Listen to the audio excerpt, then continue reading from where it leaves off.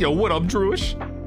Obviously not starting yet, but yeah. So if you want to look into something for me, Druish, and it's really not that important, but I'm just curious if you can find anything on your end. When I made the poll, assuming you're even here listening, when I made the poll this week, made it the same way I always do, blah blah blah. I've made Google Forms for years now. The shorten URL option, which is innately built into Google Forms, is no longer there. I couldn't find anything about Google removing it in the past week. I saw something about, Google's URL shortener dying off last year. That's not what this is. Yeah, anyway, go to on your end, go to Google Forms and see if you can shorten a URL for your form. Again, it's not a big deal. Like it still works. Like the poll works, the form works, but I just couldn't shorten it. It was frustrating. Anyway, I'll got some stuff I'm doing around the house and stuff I'm doing behind the scenes for the next few minutes. I'll start the call with the guests here in the next 10-ish minutes, and we'll get rolling. And we're gonna have a good one. I'll see you in a minute. Bye. I mean, not bye. Not bye, but I'll see you in a little bit. See you soon. I'll be back.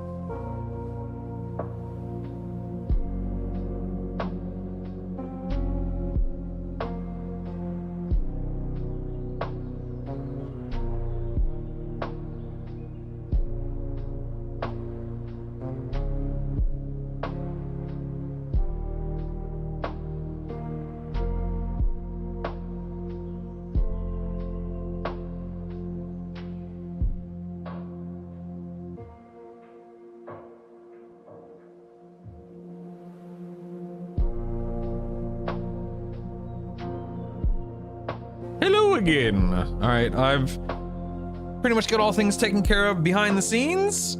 Gonna start the call with these goobers in a few minutes. We'll get everything set up on the back end, and we'll get the show going. And I mean, it says 28 minutes, but we'll see. We'll see. Maybe I might even start early. I might start in 27 minutes. I'm ahead of the game. Hope you guys are having a good weekend. My wife's about to take the kids out to a to the park. They're gonna have a little picnic and a little hike. That's cool. So I'll be home alone. Ooh, how exciting! Home alone, locked in my office, talking to a bunch of cool dudes about World of Warcraft. Doesn't get any nerdier than that, I suppose. Start now. I mean, it would just be me. But hey guys, it's me, Brutal. I'm here to have a solo podcast today. How you doing? Quick one I just threw together, gave me a shortened URL checkbox after publishing the form. I sent you screenshots. Man, what the heck, man? What the heck, Drewish? Oh, you have wife and kids, gotta bounce. Hey, Lipo, what's up, dude? Feel like the who does Midnight feel designed for right now question show should have a new player option. Oh, okay, hold on, let me look. Let's see. Who does Midnight feel designed for right now? Hardcore, casual, everyone equally. It's unclear. Can I go in and change that? I probably can, right? Stand by. How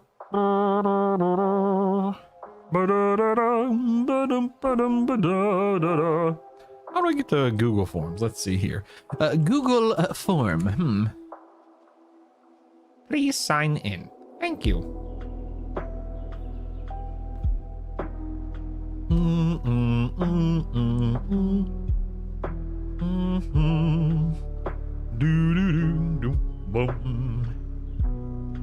Let's see here. Episode 15. Yes. I'm assuming my updating this won't mess. Will this mess with any of the responses so far?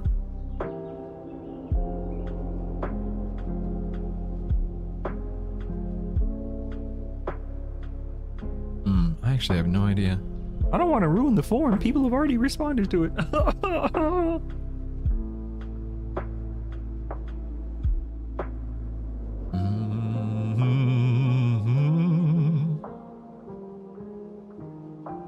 Questions. All right, you know what? Light bulb. Great feedback. I will absolutely incorporate that at a later date and time when we've both forgotten about it. Thank you. Appreciate it, man. All right. All right, let me pull up Discord here. Man, see, I don't, that's so frustrating that I don't have the shortened URL option. That's weird. I wonder why. I mean, I have every other time. I just don't have it right now for some reason. I don't know.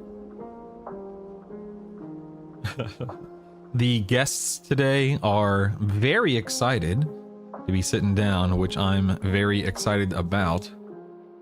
All right, I'm turning on the headset. Let's see if this works. Okay, should still be able to hear everything, although it looks like audio is messed up a little bit. There we go. Okay. All right, I'm gonna mute my mic. I'm gonna start the call with my guests here in a moment. Gonna make sure everything looks good on the back end. And then we'll get this ball rolling. Man. Oops. All right, see you guys in a few.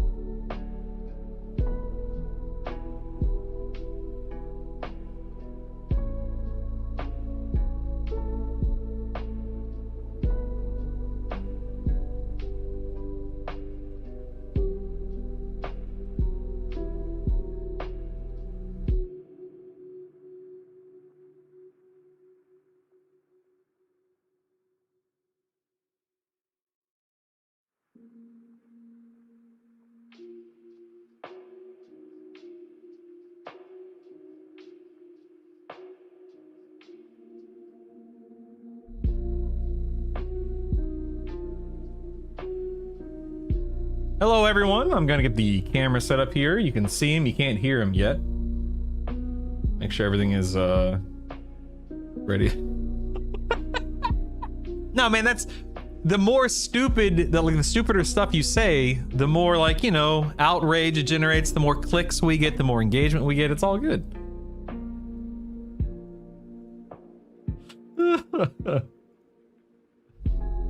Post a video or send a tweet or do whatever, just turn off notifications so you never see Just any of that head stuff. in the sun. Yeah. Touchpad dragged me into one of his streams after I raided him one time, and he made me do my own toast compared to his toast. Oh my goodness. I'm like, I'm already shots deep as it is towards the end of the night. So I'm already I rewatched that VOD. I was like, nope, I'm not rewatching that. Nope. I'm like, no, thank you. That was bad. That was real bad. That's Oh a my big goodness. pass. That's a big That's pass awesome. for me. All right, people should be able to see and hear you now, so don't say anything too embarrassing, all right? Anyway, that's the second time I got crabs.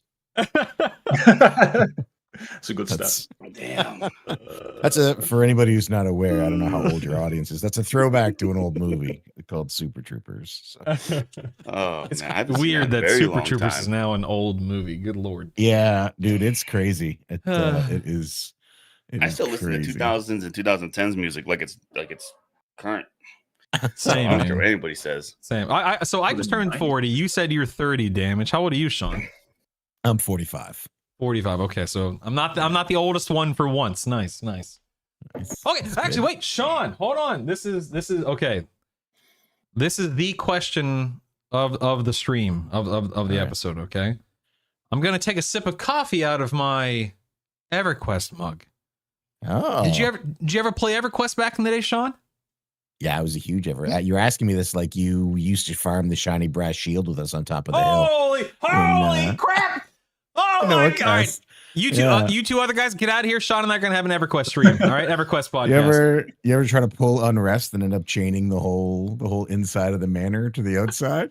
My friend, so I played EQ. Yes, so I played EQ from 99 to. I promise we're not going to talk about EQ very long. I promise. But I played from 99 to 05. Actually, no, 99 to 04. Then I started EQ2 when it came out in November 04. I didn't start playing WoW until 05. I literally could talk the rest of the day about EverQuest. I played a bard. What did you play? I was a dwarf warrior. My brother was a dwarf paladin, and we were very amazing. cool back then. So we named ourselves Castor and Pollux. We were very cool. Yeah. Oh my god. He graduated from EverQuest into Final Fantasy 11, and I went into EverQuest 2 like you did. And it wasn't until like 1.6 PWL when I had some friends that I was living with who were like, "Dude, you got to play Warcraft with us." And that's I how was it like, was "That's a for baby me. game for babies." I started playing EQ2 and I was playing a it was a troubadour, so like under the bard, and then I swapped to Berserker, which in that game I think was a tank if I'm remembering correctly. Yeah, it was. And then about 5 or 6 months into EverQuest 2, my friend Drew was like, "Hey man, you gotta play this game called WoW." And I'm like, "What? I don't want to play WoW. I'm playing EverQuest 2." And he's like, "No, give it a shot." Made a Tauren warrior, never looked back. Just kept on keeping on. You know. Good days. Did you ever play City of Heroes? I never personally played it. No. That was a good one too, man. I used to love me some MMOs back in the day. EverQuest was like a gateway drug. It really was for Warcraft. It's crazy. Yeah. You guys ever play RuneScape? Yes. No. I never played No. RuneScape. RuneScape? No. Yeah. See, I never EverQuested, but I did RuneScape a lot. I never did EverQuest either, but I did do RuneScape. Now I wasn't as diehard as some RuneScape players were, maybe. But yeah, I was dabbling quite a bit. Needed some help with some of the more like Monkey Madness quests and all that stuff. But that was a lot of fun. Yeah. It's funny Fun fact still of getting now. into go ahead. Jazzy, what you gonna say? Oh no, it's still good now, RuneScape. You can play it on Yeah. your phone these days, can't you? I've seen that, and I've thought about dabbling. I don't Dude, know. It's good. I can only handle one MMO at a time at the moment, let alone make content for it at that too. But getting into WoW, it's I remember at Walmart, I think it was my mom when I was like 11 or 12, and it was still vanilla. And my mom took me where at Walmart, said, "Okay, you can get one PC game," and I was holding up, and I hate that I visually remember this: Dungeons and Dragons Online and World of Warcraft. And I went with D&D first. I know, it's insane. I went with D&D first. I played it for maybe a couple weeks. I went over to my uncle's house. He was playing WoW, and he had me test out a torrent. I'm like, oh no, what did I do? So my cousin and I got it. I'm like, oh my gosh. I don't know why. I look back, I'm like, Dungeons and Dragons, what is this? What is that I'm playing right now? I've made a huge mistake. Oh my god! Actually, you know what? I'm gonna move these balloons because they keep messing with my NVIDIA broadcast thing. I just turned 40, by the way. All right. Happy belated Happy birthday. Thank you. Should Thank you. we sing? Is that what happens now? We sing? I think You- with you the take it away. delay, No, it no, would no, actually make it sound even better. With the each individual's latency delay. Oh man, that'd be a good clip. That would be. We sing Oh, my happy goodness. birthday in my guild when it's somebody's birthday, and it is always That's awesome. a song. It's always a song. Oh wait, So see, good. look, can you guys see like through the little gap in my headset? How Yeah, it's Can't not- now. Dude, that's You why- pointed it out. I wasn't thinking about it to now. No joke. Brutal. So I have Sen's PC38Xs here that I Yeah. love that sound great. Nice open back headphone. If you're looking for one with a nice mic, I recommend you. these. But that same issue is why I don't use them, because I use Elgato. I have the Facecam Pro, so my Gaussian blur is fake as well, like yours. There we So go. I switched to in-ear monitors. I got a couple of Sen's. That's I think smart. they're IE200s, and That's very smart. Yeah, now because I'm bald, obviously I don't have any issues with hair causing that same problem. So I feel you. I feel you. Yeah, Eventually, I will I'm be right there with there, you man. all, don't worry. yeah. So that, you should give it a Hairline's shot. going back. Definitely consider the IEMs. They're great. I'm not kidding. Send me a link after the show, and they're Sennheisers. Is that what you said? Yeah, Sennheiser. I think these are the Sennheiser, IE 200s. I'm pretty sure these are the IE 200s. Send me a link. They were. Yeah, I got them on sale too for whatever holiday it was that I got them. They're great. All right, we're gonna get the show on the road, like I've been saying for the past, I don't know, 15 minutes. We're gonna do a single or a mic check for each one of you guys real quick. So, Sean, real quick, underneath your webcams, I have Cartridge Bros, Damage 100 _ and the Drowsy Dragon. Sean, yours points to Twitch. Is that okay, or do you want me to change that? No, that's fine. And then Damage, yours points to Twitch. Is that okay? That's perfect. And then Drowsy, I have yours pointing to YouTube. Is that okay? Perfect. Thank you very much.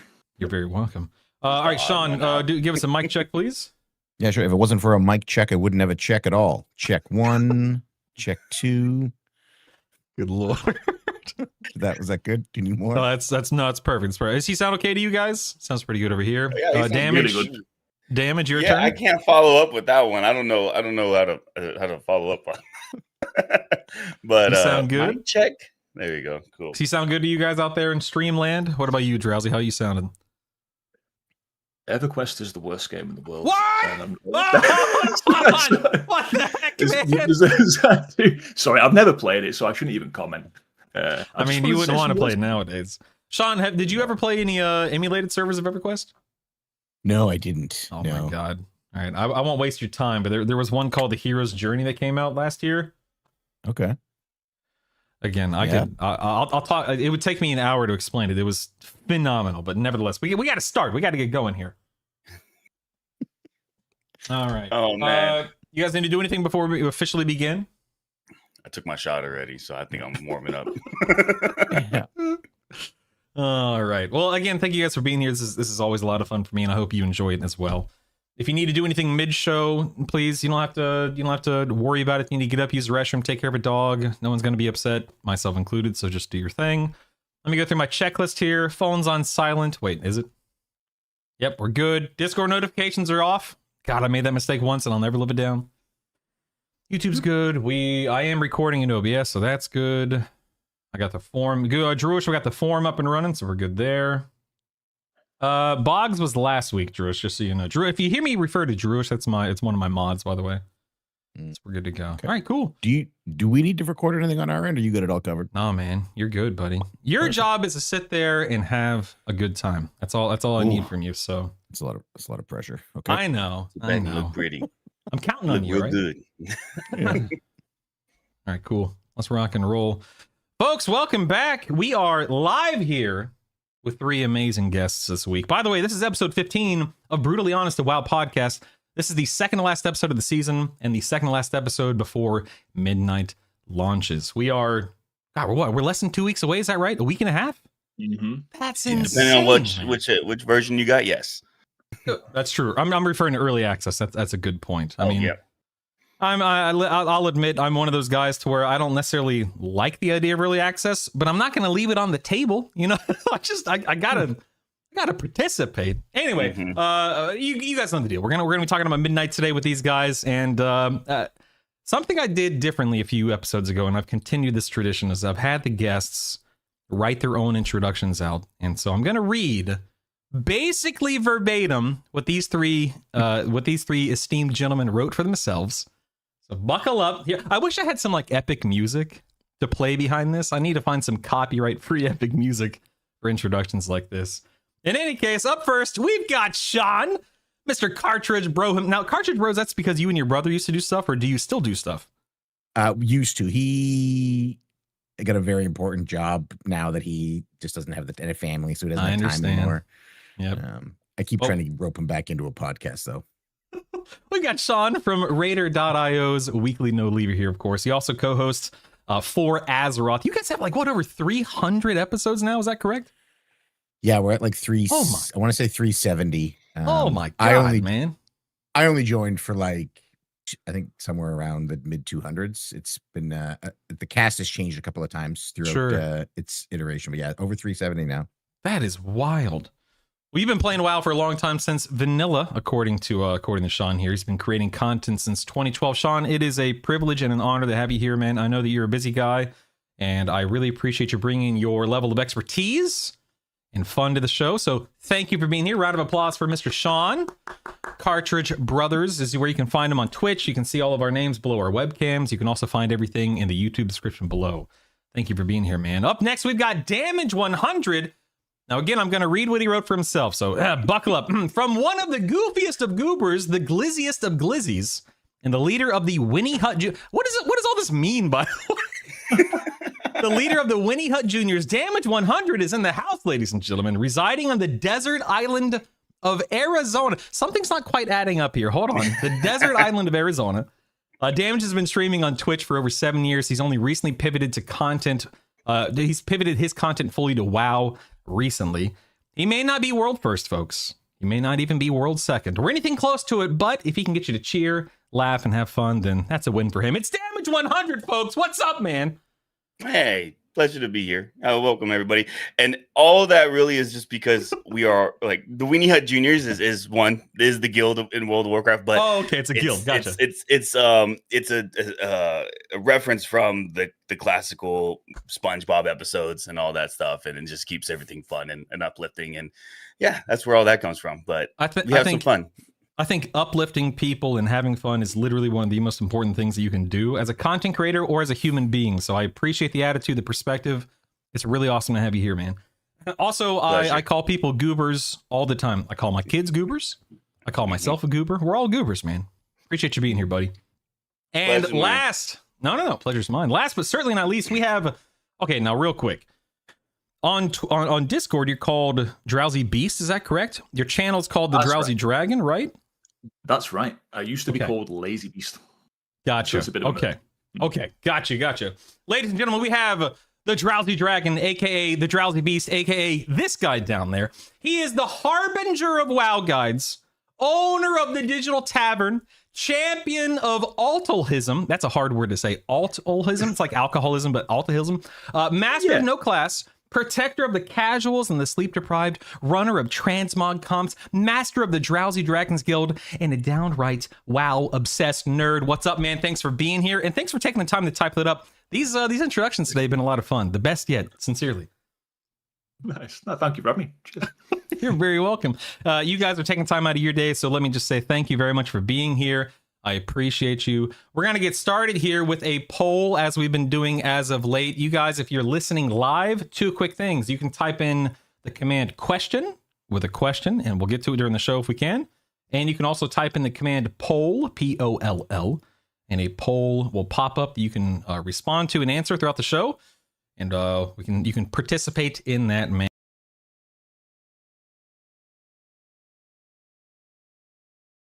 Oops, I just muted myself. You know what? Don't worry about that. I muted myself. It's totally fine. I have no idea what I hit. But we're going to pretend like I didn't do that. How long have I been muted? Twitch, how long have I been muted? Are we good? Okay, I think it was just for a few seconds. We're fine. We're fine. I didn't check this before the stream. Does this work? Oh, phew. Okay, nothing's broken on my end. The first poll asks, how do you feel about Midnight today compared to when it was announced? And we've only had a few responses so far, but 50% of the responses says they are about the same level of excitement as before it was announced. What do you guys think? Are you more excited, less excited? About the same. How are you feeling? Personally, I'm pretty excited as things kind of came along, more being released, more updates to it. There are some questionable things, obviously, but I'm personally really excited as far as the expansion goes itself. Yeah, I'm definitely the same way. I'm not like crazy over the top levels of excitement right now, but you know, I'm getting back into mythic raiding. You know, of course, I've recently over the past few months gotten back into content creation and whatnot. I'm looking forward to it, to say the least. Sean, how do you feel? It's been a real roller coaster of emotions since Midnight was announced. I'm pretty attached to my UI, and oh, me too, because buddy. of work. You know, I'm tied into the beta cycle, so, and I don't recommend that to anybody. If you don't have to for your job, don't look at anything from beta until launch. Save yourself the headache. It's been a roller coaster. There was, especially during early raid testing, I was in the dumps. It was gloomy. I was considering drastic measures, but honestly, when LVI came and said, okay, we're done. We're ready to start ramping this up now. That's when things sort of shifted for me. Cause I was like, okay, I'm going to be able to look at the game the way that I'm used to looking at it. And I'm pretty hyped right now. The raids are looking good. They've done a great job adjusting the bosses based on feedback from players. So I would say that I am more excited today than I was mid beta, and probably about the same as I was initially for Midnight, but way higher than when they had made all those changes. So yeah, roller coaster, big roller coaster. Yeah, much like you, I'm very much a UI guy. I've played with not literally the same UI for 15 years, but 15 years ago I jumped on. I think it was about 15 years ago. I jumped on the LVUI train. I've had various iterations of the UI over the years, but it's been more or less the same. And to go from what I knew, what I had, what I enjoyed to what I have now, it looks the same. It performs the same in many ways, but it's not quite the same. But I've gotten used to it. But it was a rough road. It was a bumpy road there for a few weeks, and I've spent the last 2 weeks iterating on it and trying to improve it. And I find that I've got a lot of bugs with it right now. I'm trying my best, but a lot of things are not firing on all cylinders. Drowsy, how do you feel about Midnight today compared to a few months ago? Yeah, I think slightly a bit more excited because part of like making content for the game, you're always aware of what's going on and playing the beta and all that kind of stuff. So I think ramp it up a little bit as we get closer because it's nearly here now. Like we've done all the things and we know what's coming. There's not as many big changes going on, nothing really new to learn, but it's nearly time to go. So, yeah, getting excited. I agree. For me, like UI issues aside, I'm the kind of goober, dare I say. I just like being excited. I like being happy. I like just having fun and focusing on that. Not to say that it's not worth digging into issues and problems and whatnot, because there's always a bit of that. But I want to be excited, and thus I am excited. And I just want to have fun with Midnight and stuff. So, with all of that said, Sean, I want to start with you. Let's talk about like what does getting ready for Midnight mean to you? Like we're a week and a half away from early access. What are you doing, if anything, in game, out of the game, to prep for the launch? Do you even care about the launch as much as you have in the past? Yeah, launch is huge. Early access is such a game changer for me. It made the start of War Within like this magical experience where I could just take the advice of the Pandarans and slow down and enjoy the story. And I'm looking forward to doing that again. I hope, Blizzard, if you're listening, and you might be, I hope that you never take away early access. And I realize that's not a popular take, but the spice must flow, and I will stand by my guns. Early access is a net positive for me, and that's all that matters. I like that. Spice must flow. I like the spice must flow, man. I'm a big Dune fan, you see. And not just because Timothy Chalamet is proper handsome. It's a great series.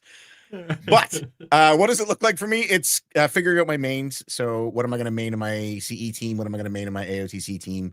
And then what are alts going to look like? And then getting those characters in a situation where they're as geared as they need to be for the leveling experience. The great part of going into a new patch is you don't have to have everybody like tippy top maxed out. You can grab the 121 gear from this pre-patch event and you're ready to rock. If you see me touching my ear a lot, I apologize. I have extremely small ear holes. It's all good, dude. My wife suffers with her ears are so tiny, and then the actual ear hole is so tiny. She has to get the smallest earbuds possible, and even then they don't work half the time. Yeah, your wife and I might be related, or at least have an ancestor in the ear area. But yeah, so it's just getting those characters ready to go, deciding what it is, and then most of my prep outside of that is outside the game. It's running the dungeons on beta, reading guides, writing guides, getting ready for raid bosses, raid testing, all of that, so that I'm able to hit the ground running when that stuff opens up on March 17th. That's basically it. Yeah, it's a lot of homework. That's funny. You said March 17th, which is of course the release of what is that Mythic Zero? No, yeah, that's Heroic and Mythic Zero. Yeah, and then the week after that is Mythic Plus and Mythic Rating, right? Yeah, March 24th. So we're still the season... 2 weeks. We're still 2 weeks away. Or I'm 2 months away from the big stuff coming out. But then less than 2 weeks away from early access. That's wild. That's 1 month.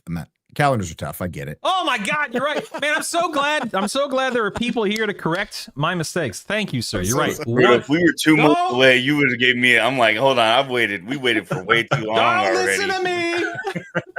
We're not here to listen to me. We're here to listen to the experts here, people. Don't worry. No, I don't embarrass easily. It's all good. Drowsy, what are you doing, man? Like, because this may be a bold take, but I think I'm accurate in this assessment. You probably don't play the game the same way that, say, Sean and I do, right? You're more laid back, just going with the flow, doing things that aren't specifically raid related. Yeah, pretty much so. I do like raiding. I mainly do Mythic Plus because obviously it's way more accessible. You don't have to have everybody there. You can just go, you can pug, you can do it with a guild, whichever you need to do. But yeah, for me, it's pretty chill. At the minute, like you said, Sean, picking mains and what are the ults going to be, it's such a hard decision now. I'm so torn between Warlock and Death Knight. I cannot decide because they're both such good classes. I know Affliction rework is so nice and Demonology is always good as well. But then Unholy rework is really good and I can tank as well if I want to. So I'm probably going to main one of those and just ult the other. But yeah, I agree that the points about early access because I know there's the bit of the uproar there about, oh, you have to pay to win and all that kind of stuff. But I do disagree with that. It's such a chill experience. You just get more time to just go in there and enjoy things. It doesn't feel like, right, launch is here, you've got 1 week, you've got to get everyone leveled up, geared to the point, do your Mythic World Tour, all that kind of stuff. You can just enjoy it for a good few weeks and then just be ready for when, you know, the more difficult content comes out. So yeah, it's quite a chill experience, really. Excited to hit the ground running though. Me too, man. Damage, I saw you nodding there, Damage. Is that how you feel too? Yeah, but pretty much along the same lines of that. There's not really like too much of a rush and feeling when it comes to early access and being able to kind of get that start. So I do agree with everybody there 100%. If we're segueing into my input on this, then one of the biggest things that my community was talking about is like the whole gold farming and kind of getting that early access to just shooting straight to materials, all straight to auction house. Now, sorry if I'm exploiting a lot of you guys out there already, but this isn't my take. Not something that I'm going to be doing. I am going to kind of go along the lines of Sean and saying like more just enjoying the story, playing the game like how we remember to play it 20 plus years ago now, and then kind of getting right into it with those first 2 weeks to have. So that's where I'm really kind of excited about. Yeah, for me, you know, all of that, absolutely. I'm going to be doing everything you guys just said a few over the last few minutes. I know for me, one of my things that I've done for, I mean, literally since MOP was I would make a leveling guide and then share it with the community. If anyone remembers the Azeroth autopilot add-on from, you know, a few expansions ago, I was very much a part of that. And then when I quit in Shadowlands, I just, you know, stopped playing. And coming back in August or September when I started streaming again, I had to make the determination, do I want to get back into that? And I opted not to. Not that I don't want to help the community. I mean, it wasn't anything to do with that, but Sean, I think you said this a moment ago. If you don't have to play beta, don't play beta, or something to that effect, right? Yeah. And for me, I've personally loved jumping into Mythic Plus on the beta. I think this first season is going to be a great first season. I love the dungeon pool, but I've very much avoided. I have not leveled once on beta, and that's very intentional. This is my first time going in completely blind to any expansion, not knowing the story, not knowing the quests or anything like that. And I'm going to be taking that weekend during early access and just enjoying it and just rolling with the punches and just having fun and not trying to min-max every little thing. So I love your perspectives. I share them, and I'm very excited for that. Do you guys think that with this being the second expansion in the World Soul Saga, are there any stakes at play here? Do you think Midnight is larger in any way than the War Within, or is it kind of just a continuation? I hear people chiming in on Twitch chat all the time saying, it just feels like another patch in the War Within. How does Midnight feel for you guys? To me, it actually feels like Midnight is the true start of the War Within saga. See, that's how I feel too. Continue. Thank you. I'm so glad that you continue. said that. Yeah, it's. I mean, I don't know if it was just me or what, but I felt so that the intro patch of War Within to me was some of the strongest storytelling, some of the strongest like first patch content we've ever had. Right across the board, the local stories were amazing. They moved me. The dungeons were great. The raid was great, and then it felt like we took a hard left into Undermine, and then an even harder left into Koresh, and everything just sort of felt disjointed to me. And I felt like I was playing 3 different expansions as opposed to one cohesive story. And I attribute that to Chris Metza coming back on board of the team when he did, after stuff was already in development, and then them deciding to make it a trilogy. So for me, Midnight, I hope, and I have played through it on the beta, and the intro patch to Midnight is just as strong as War Within was. But I hope my core hope is that it continues to be a cohesive story throughout. It feels like the real start of the World Soul Saga to me, and I hope I'm not proven wrong. I think we know where we're going in point one. So if that's the case, if that turns to be true, then it is carrying on this hopium that I have.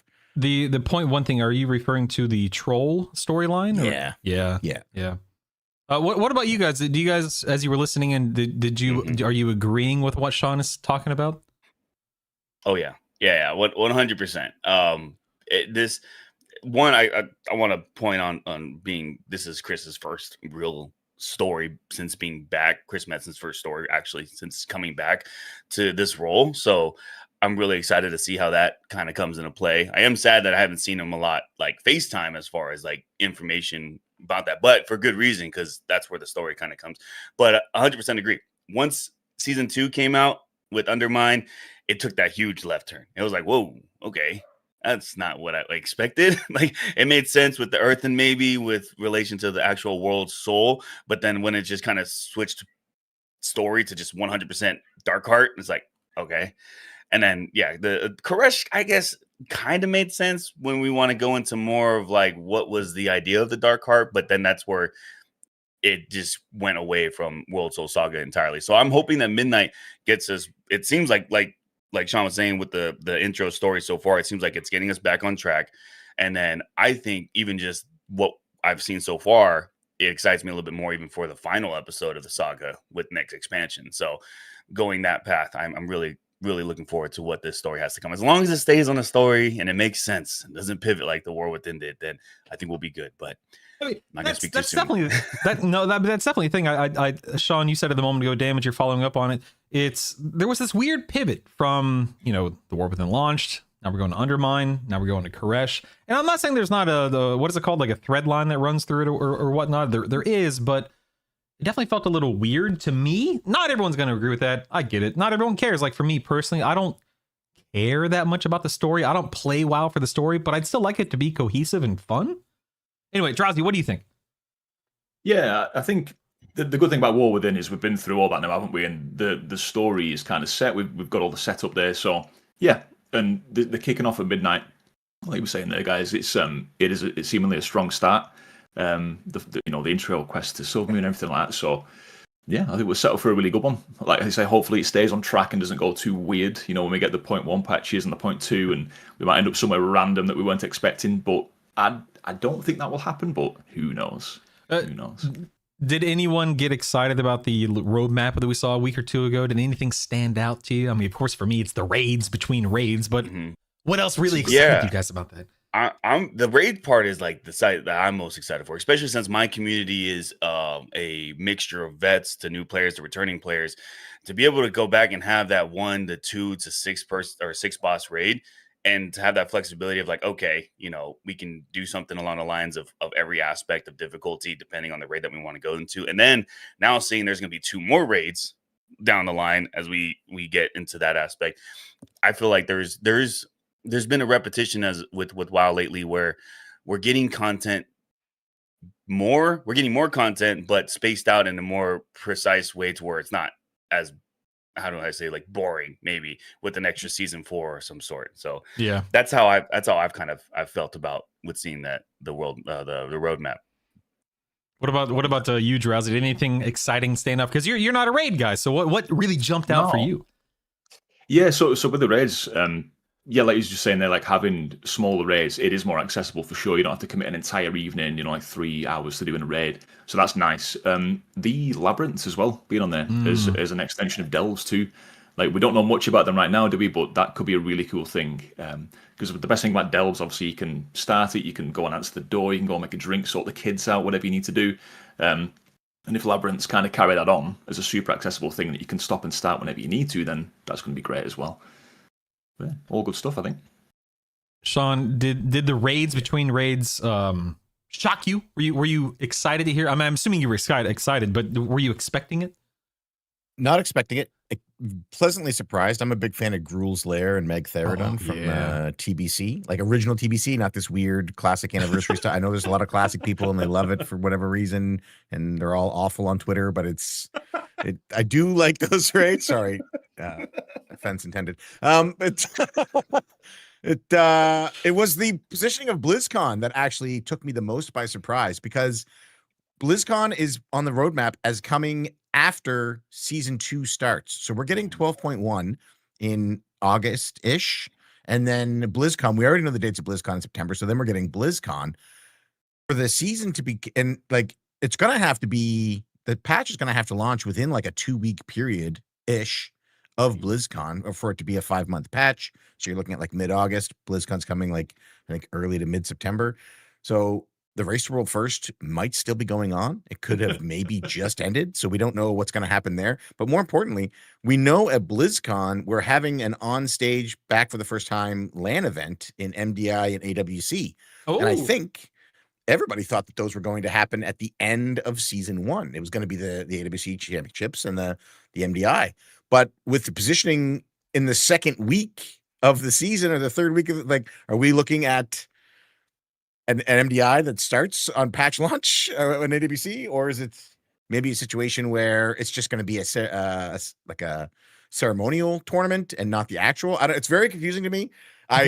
Seeing BlizzCon there just really threw me for a loop, and I would love if they released a revamped one where it's before season 1 start. That would be great for me. Are you guys going to BlizzCon? Yeah. No. Yeah, me either, Drowsy. Not in the cards this year. We can watch the stream ever. online, buddy. Watch the stream. BlizzCon online. We'll be there. This is your first time going, Damage? Yeah, it's my first time going. I'm actually super excited because I remember being that like 12, 13-year-old or whatever when the first, I don't want to say the first BlizzCon, but it was the bear, oh my gosh, the polar bear with the Murloc. Oh yeah. Mount that was like, oh, even if you get the digital access to watch, you get the mount. I'm like, why didn't I do that? Why didn't I beg my mom? She pays $15 a month already for my subscription. Why couldn't I have gotten digital fast to get that? So this is ever since then my very first time actually going. So I'm super excited about I've only ever been once, and it's a ton of fun, man. I have no advice. I'm not going to sit there and be like, oh, you need just enjoy it, dude. It's a blast. Sean, how many have you been to? None. This will be my first. Yeah. I had tickets, hotel, and flight booked for 2023. And then something happened. I and my wife, neither one of us can remember what happened, but something happened that made me cancel my trip. So we have this like shared trauma that we both blocked. I don't know what it is, but we canceled our trip because of it. So this will be my first BlizzCon. So when I see you there, hugs are on me. Okay. Nice. I'm gonna toss a t-shirt to you first time. Nice. First timers. That's awesome, man. I like it. It's one of my biggest memories, and it's funny that this is coming up right now because a gentleman stopped by my stream the other day, and he said, "Hey, Brutal, do you remember when you went to BlizzCon back in 2015? And there was that one random dude with his friend at a picnic table? That was me." And I'm like, that was you? So I'm just meeting people and connecting and just being able to put faces to Twitch names and stuff. There's nothing like it. It's genuinely one of the coolest experiences. But the food trucks, at least 10 years ago, were really good. So enjoy the food trucks, that's for sure. Man, that's awesome. I'm excited. Did you guys see this is a total change of subject here, but did you guys see the other day on Reddit and probably Twitter and everywhere else the how long has it been since an expansion has released post? Yeah, does anyone know what I'm talking about here? Let me see. Yeah, there we go. Okay, I got it pulled up on screen here. So I had to talk about this on the podcast today, and for anyone who's just listening, I'm sorry. I'll do my best to describe what we're looking at here. This is an image that somebody posted on Reddit saying, "Hey, it's been X number of days since." Like Embers of Neltharion has launched, since Shadowlands has launched. Do you guys know that it's been let me see here, 3,500 days thereabouts since Legion launched? I mean, 10 years, right? Duh, that makes sense. But to hear it break down, it's been 4,100 days since WoD. It's been 2,000 days since Shadowlands. It's messing with my head. I don't know if you guys have been playing the game. I mean, I do know. I do know that most of you guys have been playing the game for as long as I have, if not longer. What is it? How does it make you feel knowing that Legion was 3,500 days ago, 10 years ago? How does that make you feel? Old. I can Old? yeah. Feel myself turning to dust.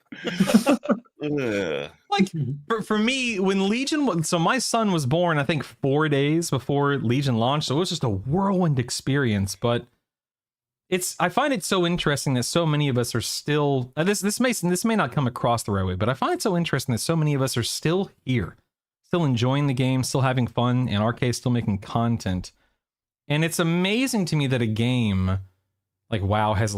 It's just amazing that the game has lasted as long as it has.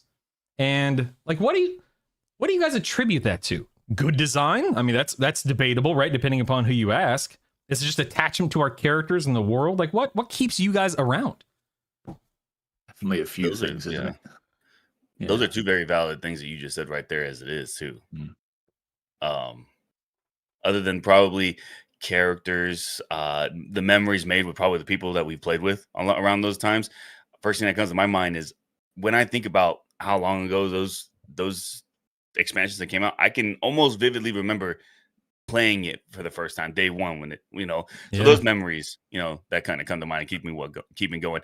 By the time season 2, season 3 comes, I was drifting away a little bit more, but the hype for the next expansion, no matter how bad maybe the last one was or that feeling was, I think that hype. So that's where I'm like, I'm really hoping Midnight isn't that way going into it, but I don't think it is with how it's felt this past couple expansions, or at least War Within, maybe even Dragonflight. But that feeling of going into it is what kept me at least going with World of Warcraft.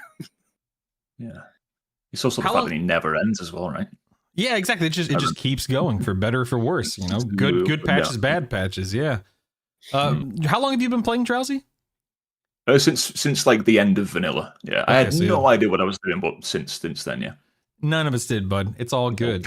Yeah, it's just it's crazy that it's crazy because Sean and I I guess we were all talking about it, but Sean and I used to play EverQuest, obligatory EverQuest shout out, and that game's still going. It's on year 26 or 27, which is just insane. I guess it's 27 this year, and WoW's not far behind it.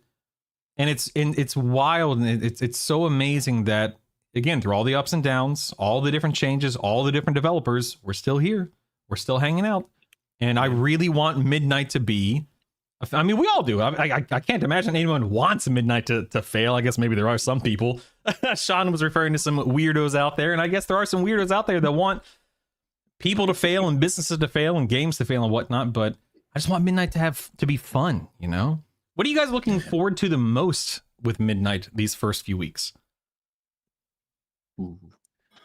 Let me think on that one. Just prepping, getting ready for Mythic Plus and raiding. Yeah. See, for me, exploring it all. Yeah, for me, there's nothing better than that feeling of wiping the slate clean. Everyone's on level footing, gearing reset. Have to level up, have to explore these new areas. There's nothing like it in gaming, man. It is peak content or peak enjoyment for me.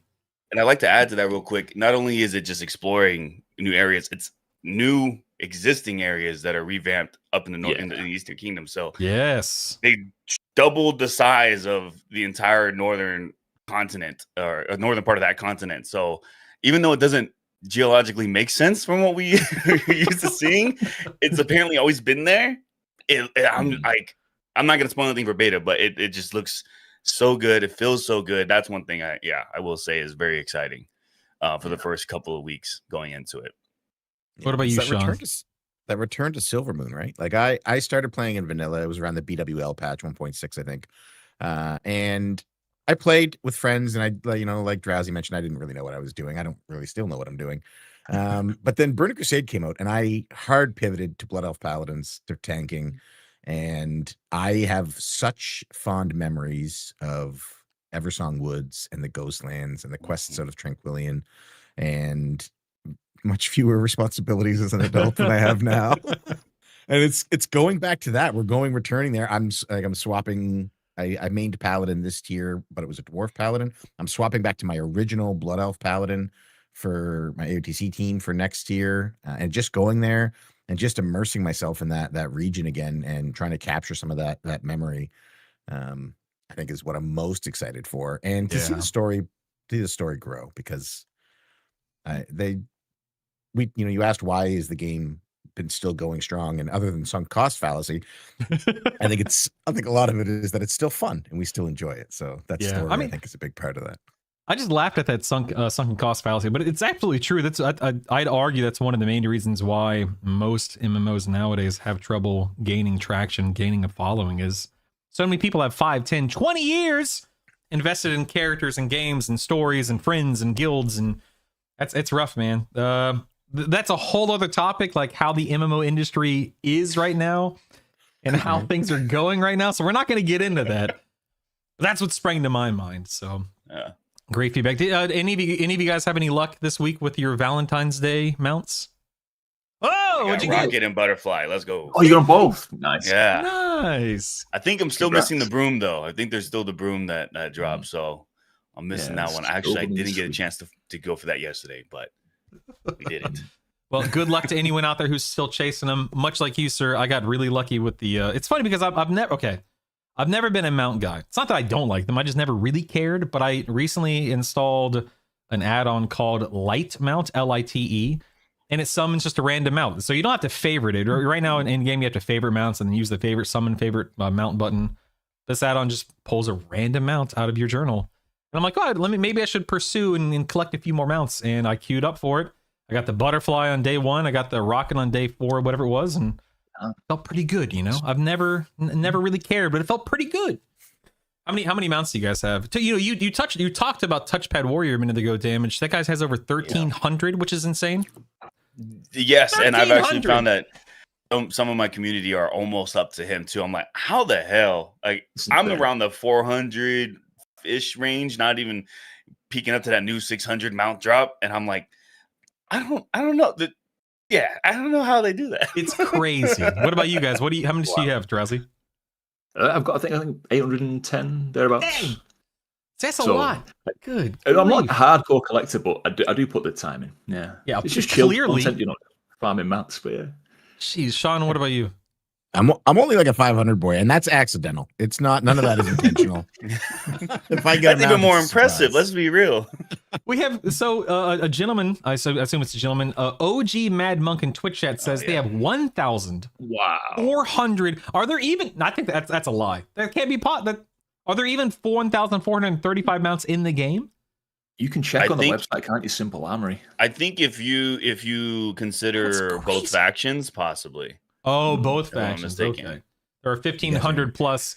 I guess I'll take the expert's opinion or whatever you want to call it over here. That's crazy, OG Mad Monk. My goodness. Hey, don't forget that if anyone here is listening live, you can type in the command question to submit a question to these guys, and I'll ask them during the podcast, whatever the heck you want to ask them. The next poll, by the way, asks the question, so far, do Midnight's recent changes make you more confident or more cautious? And this is a really pretty even split. It's about 25% across the board between more confident, more cautious, mix, or too early to tell. So, what about you guys? I think it's a little too early to tell personally, but I'm not trying to lead the witness. What do you guys think? Recent changes, more confident, more cautious? Where do you land? I'd like to offer some spice if there's space for it here, sir. Sir, you can make as many Dune references as you want. Go. I believe that the changes specifically to classes in Midnight is a massive net positive. The simplification, the removal of complexity, the simplification of classes is going to be a huge strength for people trying new classes, but also there's a large portion of the player base that isn't very good at doing the complex rotations we have, and I'm among them. I am among you. A lot I'm of you one guys suck, all right?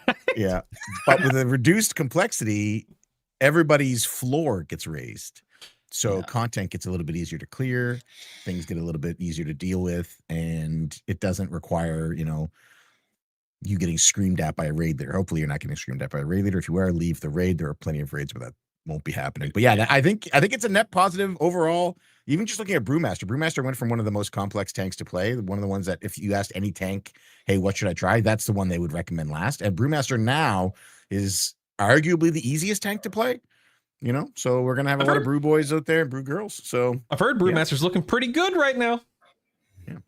Yeah, I need to definitely take a look at that. I'm going with Prot Warrior just because that's what I've been mobbing on with War Within for a while, and I've Warrior for the longest time ever, but I need to take a look into that. And as far as recent changes, I don't know. It feels like with everything that they've been doing, and this is more of I would say a personal preference. I have met a lot of people who have agreed, a lot of people who've disagreed, but I feel like with a lot of the changes, um, there've only been positives, kind of like, or how do I say this? There's only been a good feeling of this expansion. I think kind of just adds on to that going into the expansion, just feeling good about playing it.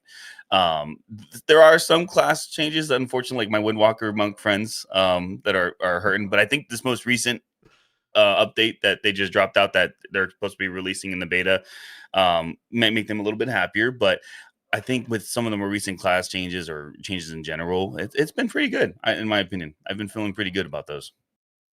You have anything to add, Mr. Drowsy? I think with things like the patch notes for the tuning and stuff, I think people panic a little bit about that kind of stuff, and it's understandable why when you see your class getting tanked. But I think we've got to remember that it's like it's still pre-patch, and pre-patch is always a weird time. So these changes are more likely based around when we're level 90 and we've got everything else, and it'll be fine. Of course, it'll be fine. I subscribe to the idea. I'd actually rather be underpowered going into an expansion, because then you're more likely to have things dialed up for you. I mean, maybe that's not historically true. Hopefully, in all cases, but that's my hopium or copium, kicking in there. Like if BM or MM is they're not performing super duper well, might see a little dial tune there. Who knows? Yeah, much better to be a bottom than a top when it comes to beta. You know what? We're just gonna move on from that, and we're gonna talk about. What about this whole Hearthsteel situation? What do you guys have any opinion or any perspective on this whole paid currency thing? Do you think it's crossing a line? Do you care? I mean, people care. Maybe we should all care, but where do you guys fall on this?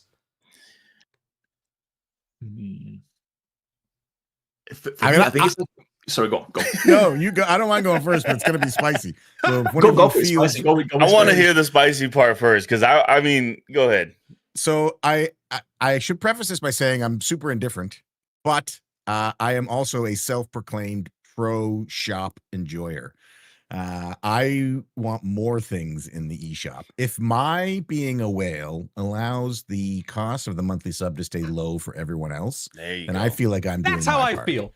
Yes, I hate to talk over guests. I'm so sorry, but that's always how I've felt. I'm going to shut up. Please continue. That's okay. Hearthsteel, when they announced Hearthsteel, obviously the masses freaked out. That's what we do. It's but I feel like they nailed it. Like they said, we're not going to be predatory. We're not going to do those pricing things where like an item costs 150 and you can only buy 100.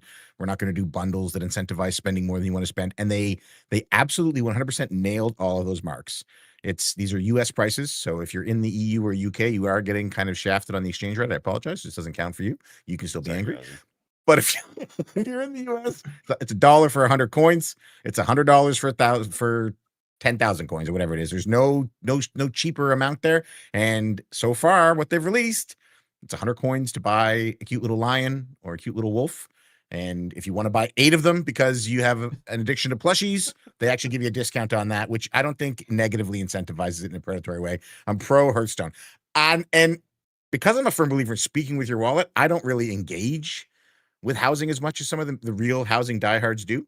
And I have no interest in either of these adorable plushies in game. I would buy them in real life in a second. But I am going to probably buy Hearthsteel that I don't want, to buy plushies that I won't use, to send the message to Blizzard that this works. Yep.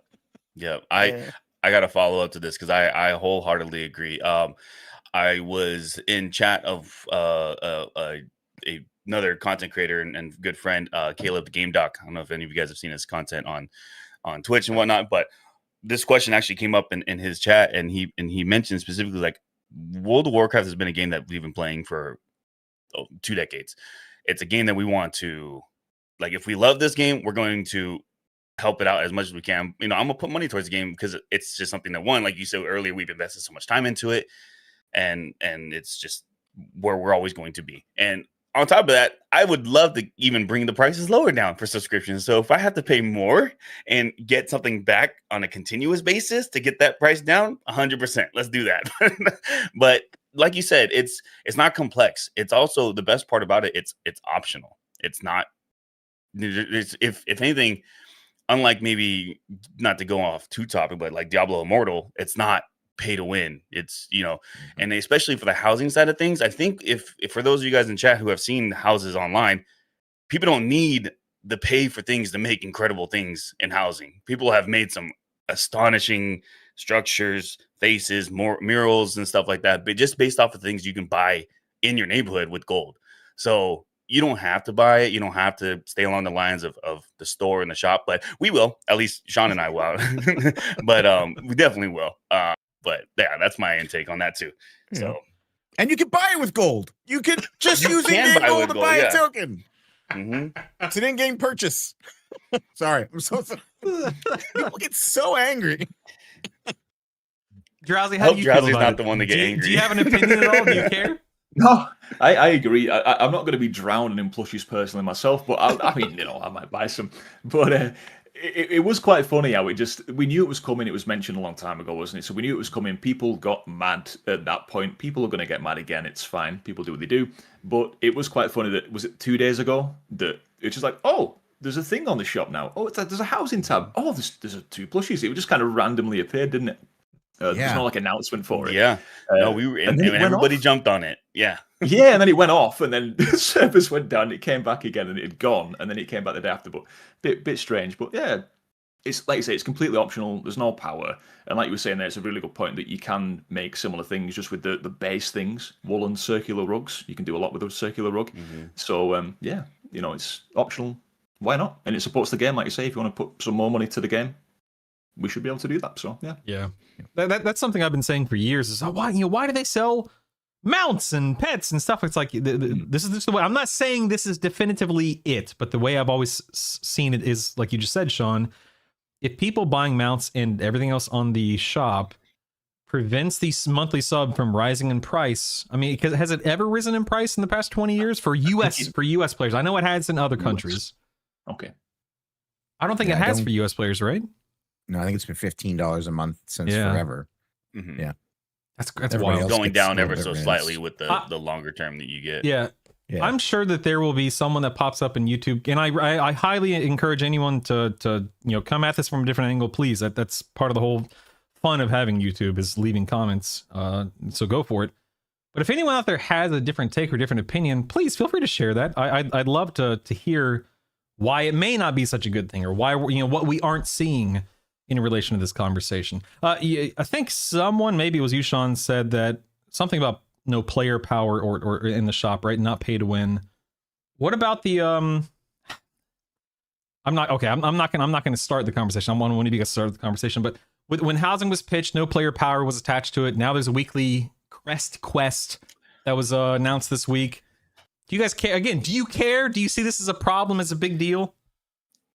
You know what? It's funny you said that, because when I was reading that earlier, at least in our before the stream, I was actually very confused. I was like, wait, what? And then I had to look it up. I'm like, oh, I missed this announcement. And to be honest, it doesn't bother me. In fact, I mean, housing was brought to the game to resurrect the community aspect of World of Warcraft, which was slowly dying. Well, I don't even say slowly. It was technically dying without having to go out there and actually find a community if you wanted to. Housing, I felt, has brought a different side of creative people together, and I actually see more chat bubbles above people's heads talking inside of housing situations more than I ever had in the past 10 years, maybe, with World of Warcraft. So being that now that you can get rewarded for doing something like that is a plus for me, in my opinion.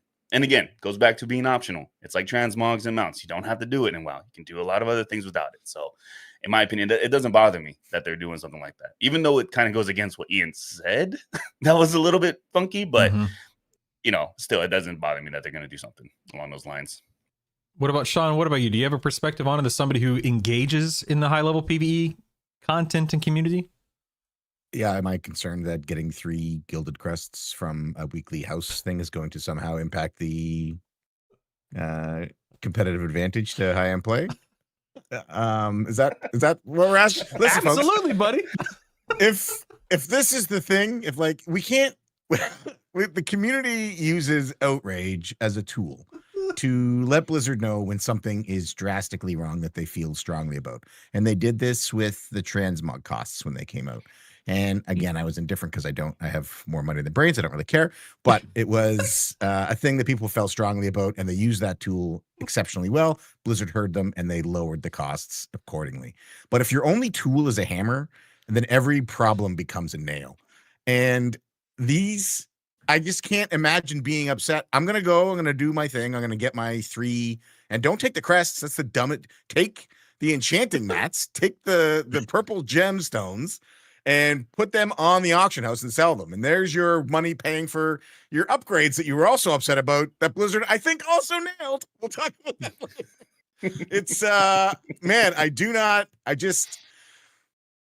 the Void is out here literally eating babies, and we're upset that we can get crests in a housing thing. Like, dang.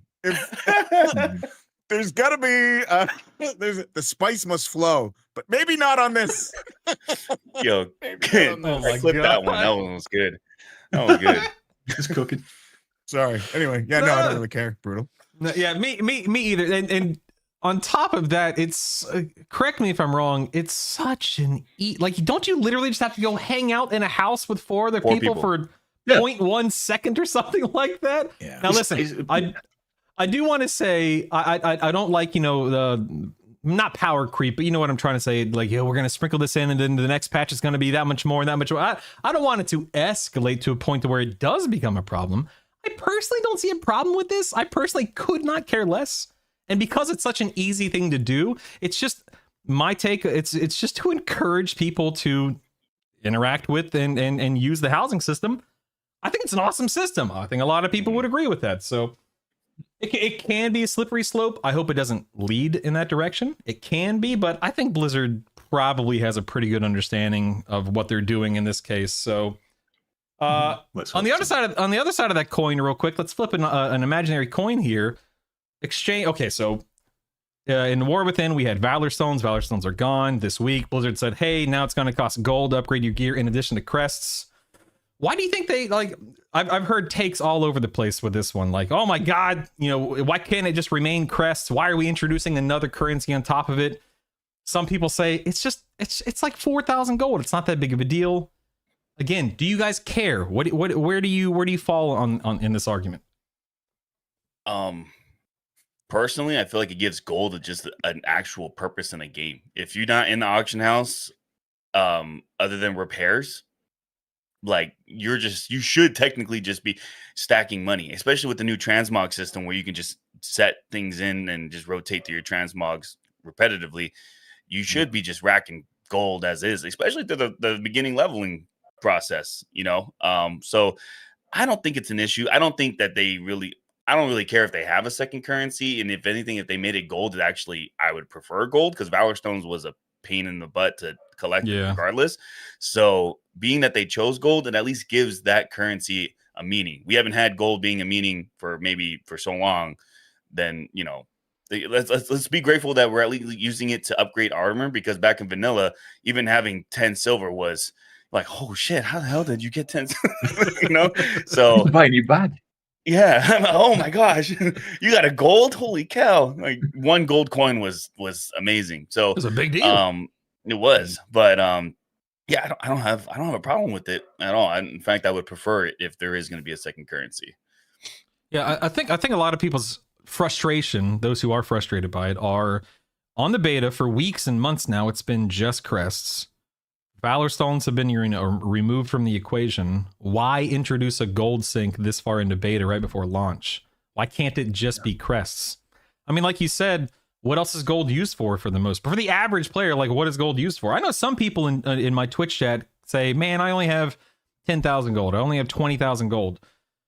I'm sitting on, I think it's about 15 million that I got literally 10 years ago in Legion from the table. And I know that doesn't exist anymore, so people can't take advantage of that system. So, I mean, what do you say to people who just don't have gold? Like, go make some gold? Like, well, what is the answer there? I mean, do we think these people that don't have gold and can't afford the mats for raiding have mythic pieces of equipment they're trying to upgrade that costs 4,000 gold? You elitist, listen here, you. I don't know. Do your weekly housing quest and sell the enchanting mats. That's it. It's not hard to get a bit of gold. Is it just some world quests? Because you've got to think as well, like with world quests and things like that, where there's gold on the map. Maybe they used to give a Valor Stone reward, but now there's going to be gold, right? So you can just go and do that instead. And it's not that hard. There's gold out there just lying on the floor to be found if you want to go and get it, right? Just open your map, you'll see an exclamation point. Go run that real quick, and you might get some gold from that. Or one thing I told my community is, if you are still transmog farming or mount farming, go run some legacy raids and sell the stuff you get from there. That makes a lot of people some decent amount of gold too. Hopefully with, the squish and all that coming up. But other than that, I feel like making gold in the game should not be of someone's concern at this point. Yeah, I will say, if I may interrupt you, Damage, may I? No, thank you. Good day. So I am not I don't care about gold in the game, only because I have enough to facilitate my needs and whatnot.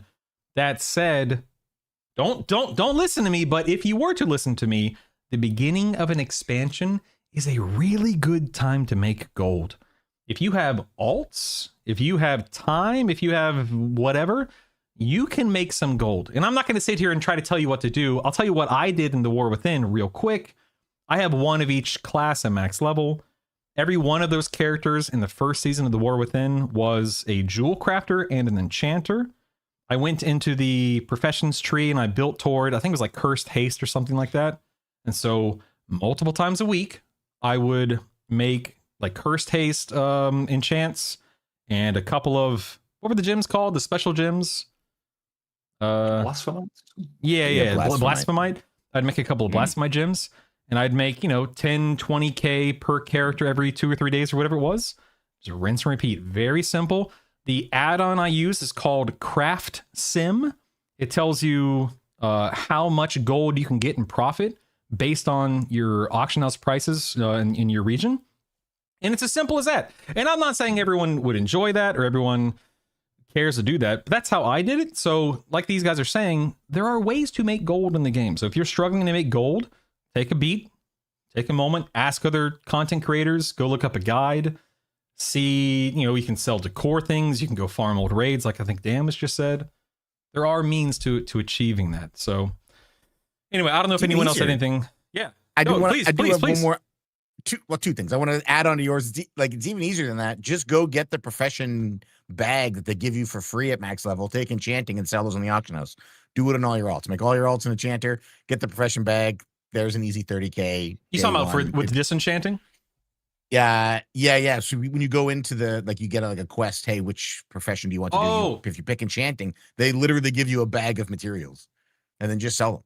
Just put and you can do it for all your alts. Okay. But the part that I just wanted to sort of wrap on this is that with the transmog system, when it came out and the prices were really high and, people were really upset about that justifiably. And they came out and they said, hey, the cost of the slots is too high. The cost of transmog is too high. And Blizzard heard that. And there was multiple rounds of lowering that cost to get it to a point that was good. When this upgrade gold cost got announced, it launched at a really low price. And instead of saying, hey, Blizzard, you heard us in the transmog stuff and you did what we would want from the beginning on this, we're still mad at them. Like, if I was a Blizzard dev, I would feel like Ryan Gosling in The Rain asking, what do you want?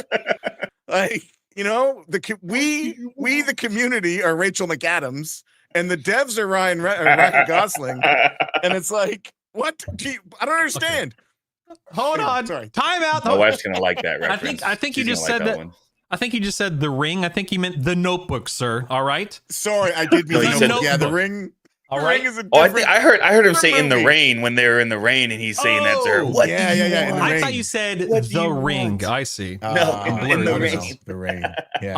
I misheard. I apologize. Hey, real quick tangent has nothing to do with WoW. You guys excited for Project Hail Mary next month? To Ryan Gosling. Oh, you don't. Okay, listen. This has nothing to do with WoW. There's a movie coming out next month called Project Hail Mary. Ryan Gosling starring in it. It's based on a book by the author Andy Weir. Great book. I'm a big fan of the audiobook version of that because Ray Porter is the narrator. Anyway, total tangent. But if you like sci-fi, go read and or listen to Project Hail Mary, and then feel free to go enjoy the movie next month when it comes out. Anyway, Is that when he makes friends with a space Earth elemental? Yeah. Or something like that out there? He's not an astronaut, and they're like, "You're going to space." Is that the dude, one? it's Okay, cool. such a good book. Oh my god, All right. I can't wait. Anyway, speaking of random things, Argentina. Has Blizzard even talked about the Argentina up until this week when they made I that don't little think like, so. hey, No. here's an Argentina thing. You should go hang out there next expansion. Have you guys think been it's- in it on the beta? Yes. Yeah. I think it's a really cool nice. space. And I think that's one reason why it hasn't came up yet, is because it's so focused in beta as far as like a kind of part of the main quest type of deal. Yeah. So I think that might be why it hasn't come up so much. But I think it's gonna be a good little added taste. It's not gonna be I don't think it's gonna be a very important part of the expansion, but I think it's gonna be a good little added taste to the game. Yeah, I think it's just there. Somebody in Twitch chat or any of you guys, correct me if I'm wrong. I think it's just there to add that flavor, like you're saying, just something fun, something additional, something that's not normally present in your everyday average WoW experience. I've been in the building. I think the building is really comfy and cozy. It's very much gives that WoW housing vibe that we're all experiencing right now, building our houses and stuff. I think it's cool. I personally love when they bring back what happened to Damage? Sorry, camera's having some weird issues. I apologize. This happens on stream sometimes, so we're fixing it right now. He's back. You might see me blink. But yeah, I love when they bring back old characters or old spaces and whatnot. But do you guys have anything that you're excited about in regards to the Argentina? I think like going in first time is going to be quite nice because it's got that. There's a story reason why it's there, isn't there? It's Khadgar and is it the Sons of Lothar? Their old kind of hangout after missions and things that we go back there and chill. So it's quite nice to be like, oh, this is where the guys came in on. We're now in there as well with them. I think mechanically for obviously Blizzard putting stuff in the game, it's just somewhere for things to be, isn't it? So I'm assuming there's going to be some achievement to get where it's like, go to the Argentina, speak to these guys, get the quest, do the quest for the week, and just make sure you do that. And then once you've done them all and you've seen all the visitors, maybe it'll kind of run out of steam a little bit. I don't know. Hopefully not. But of course, they can just chuck things in there anytime, can't they? There's a different visitor this time, or like, there's a new season, so there's new visitors. So yeah, should be maybe not so much in really evergreen thing, but we had something like, correct me if I'm wrong, but I'm trying to remember. I'm old at this point in time, but in the garrisons, we had an NPC show up. Was it weekly with a new quest to go find a new follower? Is that right? Am I remembering that correctly? Somebody can probably explain when it came that to Garrisons kind of killed me for a while back then. So I was like, oh man, I don't know, I have to do this. Yeah, I think an NPC would show up saying, hey, this follower that you don't have, if you take my quest, you can go do this quest to get that follower, and it would send you out in the world somewhere. So is that kind of what the Argentina's do? Not for followers. I know we don't have followers, but they're going to pick up a quest saying, hey, here's a little tidbit of lore. Go out in the world, do this, come back. We'll talk about it. Is that what's going on with the Argentina? I think so. Yeah, it seems to be. Yeah, I think it's almost kind of like cycling in a way, almost like silent. What's it called? The Siren Isles for the War Within, where we're gonna have a cycle of different NPCs that are coming through, which I think puts the Argentina in a more filler spot for when things kind of get down and solo-ish and kind of, I don't want to say boring, but we're bored as far as you're caught up with all your stuff. Okay, well, let's see what's going on in Argentina. So I think that's where that filler part of it comes into play. Gotcha. Speaking of boring, would you argue that the Xal'atath little animation that came out this week not boring? Sean, I want to hear your thoughts on this. Did you enjoy it? Do you care about Xal'atath? Is she a character that you're a fan of? Damage! I'm sorry. We've lost damage control. I like Xal'atath as a villain, and I thought the trailer they released was quite good. I love seeing all the lore theories on it. I am only moderately concerned that we're painting a path for her to become a sympathetic character down the road that we then side with in some great cosmic battle against the light, and that would probably be where I quit the game. if that happens, because Just I am not done. interested in siding with the enemy again. It was really Koresh was really hard for me for that reason. Yeah. I do agree with you, and I'm not just trying to be agreeable. I do genuinely feel the same way. I want. Listen, this is a fictional world. I don't like evil in my real world, but evil in video games and stories is fun because it gives you something to combat, something to butt heads with, something to go up against. I want my bad guys in video games to be bad guys. You know what I mean? And I very much in the same way. I hate when it's like, okay, we're gonna be, we're gonna work hand in hand. We're gonna work side by side with Xal'atath because we got to go beat up Dimensius. I understand what they're trying to accomplish. I just don't like, because at the beginning of the expansion, she's murdering people. She's, coercing people. She's doing this, she's doing that. And now by the end of the expansion, I know she was tricking us. I'm not saying we're actually BFFs. I just don't like that person. Is that what you're saying? Yeah, that's exactly what I would have much preferred a storyline where we were given the option to choose work with Locust Walker and Xal'atath, or side with Hilaria, who I also think never in a million years would have agreed to work with Xal'atath no matter what.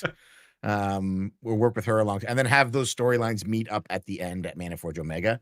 It felt, I was really unhappy with the Koresh story for that reason. It just felt like they robbed us of player agency, and it's like, oh, working with her is the only way. Like, I have fought literal cosmic gods.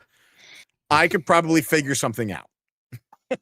So that was really tough. That was really tough for me. And it's like, oh, well, we knew she was lying. Yeah, everybody knew she was lying. Everybody, it's a lot. So I like the trailer, and I hope that it leads to more exploration of her background and her history. I just really hope it doesn't turn out that, she became the way she became because she was really mad at the light, and the light is the real bad guy. And now we're all going to work together. And don't worry, she surely won't betray us this time.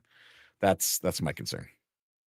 Go ahead. Someone else chime in. Did you guys have something else to say about that? Yeah, I mean, my wife's gonna hate me for this, but one of my favorite things to say about villains, because it goes with any villain, is villains aren't made. Villains aren't born. They're made.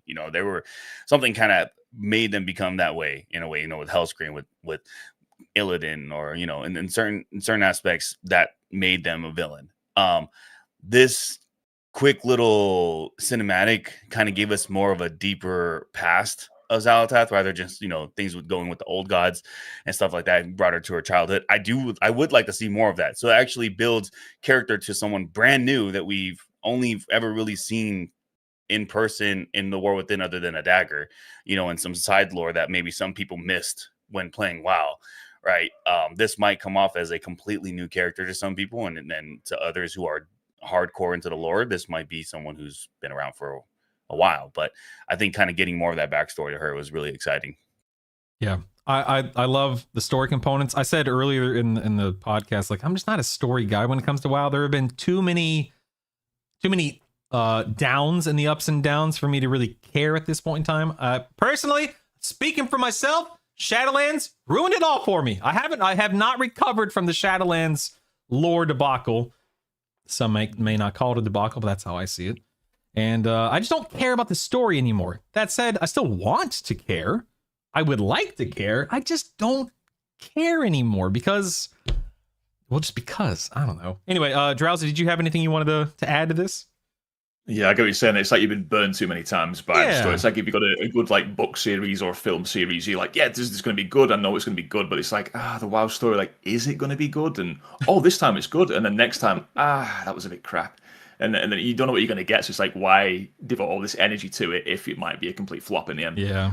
So yeah, this is why I think it's really important they get this story right, and it lands well. And it, like you say, Xal'atath continues to be a good villain and makes us feel stuff. And they mentioned obviously people are going to die in this one, some big characters, so that could be quite spicy as well. But yeah, we'll see. We'll see.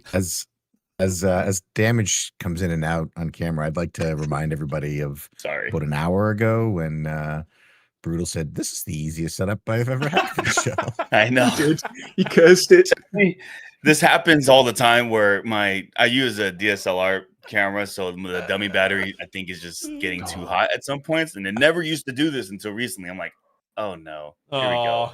So I'm sorry if you guys see me black out, and if anything, Dude. you want to put my little face behind me in case it does.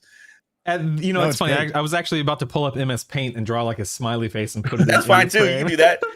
No, but in all seriousness, speaking as a content creator, but also someone who's a techie and someone who you don't need to apologize, man. We all understand. Both of us who are on the show and those who are watching and listening, we get it, dude. You don't need to apologize.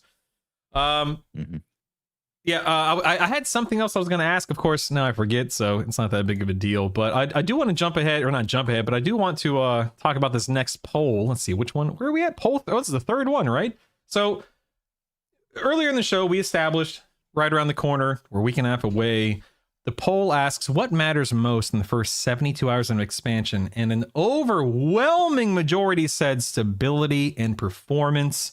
I'm actually shocked that someone said progression systems in the first 70. Who is it? Huh? Who did it? The first 72 hours of an expansion, progression systems? Get out of here. I can understand the whole class field thing. But yeah, stability and performance. I was not around for Dragonflight and the War Within, like day one stuff. How have the expansion launches been the last couple of expansions? Are you worried about Midnight at all? War Within It's felt smooth, good. right? Yeah, it just I felt was like just the War hit the Within ground felt. running. I was actually kind of more surprised that I was able to play the War Within. Did the War Within have early access as well? It did. Yes. And I played it, and I disappeared just like that. But I played it, and it felt really smooth. It felt really good. Yeah. I don't know. Do you think that early access has a lot to do with that? It's kind of splitting that load. It must help Smart, a bit for see? sure, yeah. Smart people move, in. Blizzard. Smart move, Blizzard. Mhm. Yeah.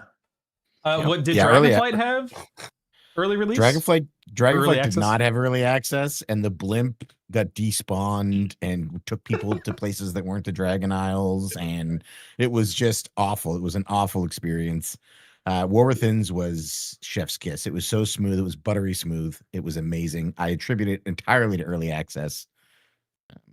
Yeah, it's- that excites me because again, I wasn't really in that beginner experience. I did play season 1. Maybe I was there for launch, but I was so disengaged. That's a Hunter joke with the experience. I just don't remember it.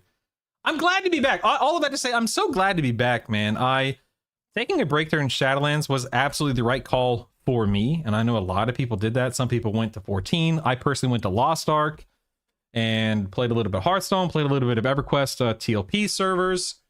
But I'm genuinely glad to be back, and I think it's a matter of like I'm happy to be caring about something to this degree again. Does that resonate? Does that make sense to you guys? 100%. 100%. We Yeah. put a lot of time into it, don't we? Playing it, making content. So if it sucks, then what are we doing? You know? But yeah, That's what literally turned my pivoting point for content creation in general. Was just, I had, it just something kind of changed in my mindset when it came to streaming and content, where I was like, when I'm not playing a FPS game or Overwatch, Valorant, all these other things, when I'm not playing those, I'm, checking World of Warcraft, seeing what's going on in WoW. And then I've been doing that forever and on and off expansions. But Dragonflight, since the beginning of Dragonflight going into World Within, I've been more consistent with staying online. So that's when back in, I think, September, I just said, you know what? Let's just make this change. Talk to my family, talk to my wife, talk to close friends of mine who play World. Well, the only 6 other people in my guild with our 300 alts that we have in the guild that made up our guild at the time. I just decided, you know what? Let's grow off of this. And I think that's, yeah. Heck yeah, man. Well, so Drowsy, are you playing with people for launch? Are you playing solo? Like, do you have a community you're playing with, or guild, or what's going on there? So we got the guild. So that's one thing I'm excited for, because like us guys were in the beta, we see things, but the majority of the guild don't do that. So they've done some keys, so it's going to be really cool. Like, I've seen things for the first time, albeit in a bit of a testing state. But seeing everybody come through, and it's like, oh my god, did you see the thing in Silver Moon and all that? I love all that kind of together. But when it comes to playing, absolutely going to be chilling Discord with the guild and chatting, and my girlfriend plays as well, so she'll be sat at the side of me playing together. But I do not actually play with anyone else, right? This is a thing that I have. Do you not find it really hard to quest with someone? because when you question, I do. you know, you got like you need 10 bare butts, you know, and you're like, well, I got 7 of you. Oh, you got 10. You can move on to the next question. One of you's got to wait, and it's all clunky. So when we did the War Within launch, me and my girlfriend together for the first time, it was a little bit like she was ahead and I was ahead. So we just thought, you know what, just go and do quests. Let's not slow each other down. We'll see you in a dungeon. You know, we'll queue up for a dungeon together. But no, just that big community thing together, being online with the guild on Discord and stuff. That's gonna be great. Yeah, I mean, it's just there's something special about connecting. Again, I think I said something earlier to where it's like I just love that experience of being able to connect with people with something you love, something you're both passionate about, or you're all passionate about, and yeah, being able to play with people that care as much as you or more than you. There's nothing like it, man. Sean, what about you? Are you playing with anyone, or are you just solo, full steam ahead? I'll go for early, especially for early access. My first playthrough on NA, I will definitely be solo. I won't even be in a Discord channel. I want to experience the story. I want the questing on my own. As Drowsy mentioned, I am perpetually behind. I am the slowest quester on the planet. We were doing the Endeavor stuff, and I had a friend who had to come and put like world markers on sticks for me to be able to see them, because I like, there's no sticks here. He's like, there's 7 sticks on your screen. So most of my friends zoom way ahead, so it's better for me. Then I don't feel stressed out. I'm not holding them back. They don't feel stressed out that they're playing with somebody who might not have their monitor turned on. It's just a much better experience all around. So I will be doing it first by myself, and then when I level up on EU, I'll probably jump in a Discord call with friends from my EU guild. And then as I level alts, it'll be either on stream or on a Discord call. But that first experience, that is 100% for me. That is a Sean only experience. Are you streaming it? No, I won't. Really? I don't want to I don't want to talk to people when I'm like, I want to internalize it all. I want to just take it in, absorb it. I want to play it in what I think is the way it was meant to be played. That story should be experienced by an individual. Anytime you add somebody else to a situation, you run the risk of tainting the way that you interact with it. And I go to movies by myself for this very reason. And that's cool. In all seriousness, that's cool. I'm this is, again, kind of continue on this line of thinking.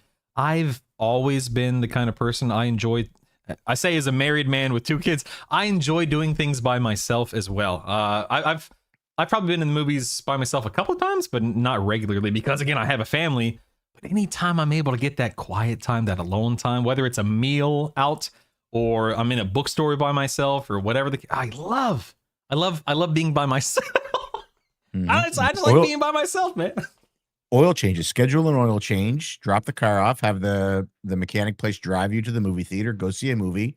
Come back, and that way you don't even have to technically lie to your family. You can just be like, "Oh, I'm just going for an oil change. I'll be back in roughly 2.5 hours," with a massive crush on Ryan Gosling. I can't wait for that movie. I love that. Damage. What about you, man? Are you playing solo with friends? What are you doing? No, I'm keeping things just the way, as far as stream goes. I'm keeping things normal, as like normal schedule. So I will be playing on my own come Thursday for a little bit, because I promised to take the wife to go see Scream 7. So we'll go see that and then maybe hop back on afterwards. So gonna still live my life as is, as far as the new extra day that they added on. But come that Friday, I'll stream normal time with wherever I'm at that point, just to play it for me. I will be going in solo, because I agree it's hard to level and quest and do things with other people with all good intent, obviously wanting to experience with other people and have that feel. But there are times where like, hey, I got to go to the store real quick. Well, I still want to go quest or level. It's like, well, I don't want to wait for you.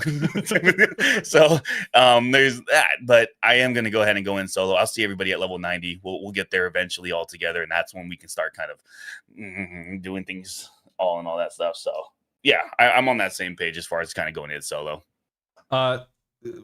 Drowsy, I feel like an idiot. Did I start with you when I asked this question? You're playing with your. You're talking about your girlfriend. Okay, just making sure. I didn't want to lead you out. All right, I didn't want to be a jerk. Thank you. Forgive me. No, yeah, for me, I plan on playing solo, and just hitting the ground running. The last time I really took leveling, quote unquote. Okay, real quick. I used to be, like I said, I used to do the leveling guides and stuff like that. So I've always taken leveling fairly seriously early on. Not doing that this expansion. I'm much like you guys. I'm just looking forward to just relaxing and absorbing the story as it hits me, and just appreciating it. I will be streaming. So Sean's not streaming the launch. Damage will be streaming on the Friday. Is that what you said, Damage? Yes, We've that is lost correct. him. Sorry, He's fix the gone. camera We've stuff lost quick. him. No, I'm just fixing the camera thing real quick. And then But yes, I'll be that is streaming correct. I'll be streaming Thursday, and then Drowsy, Drowsy, what are you doing for launch? Are you going to be streaming or on YouTube or anything? I won't be streaming. I don't stream currently at this moment in time, but my thing is just to try to not let 2 months pass without making any videos. You know, so it's like, oh, it's been 2 months. I haven't made a video. So yeah, just enjoy it and then get back to normal. So, okay. First couple of days, you know, we're 24, 48, 72 hours into launch. You've hit max level. What do you hope I mean, other than, oh, I hope it was good. Like, what are you hoping to experience? What do you want that outcome to look like for you as a player? Sean, I'll start with you. That way you guys don't just pause for a weird few seconds. Yeah, that if at the end of that 72 hours I don't feel exactly the same way I felt after the first time I entered Eversong Woods as like a 24-year-old or however old I was, if I don't have that exact hit of nostalgia, I will be writing a multiple page diatribe on Twitter about how WoW has stepped off. So that's my goal, I think. That's what I'm looking for. Damage, what do you want those first 2 to 3 days to really feel? Again, other than, it feels really good. Like, what do you want it to feel like for you? I hope it feels like that to begin with, and in that same tone as well. I need it like that on a Really on good, a plate really and on a good. platter.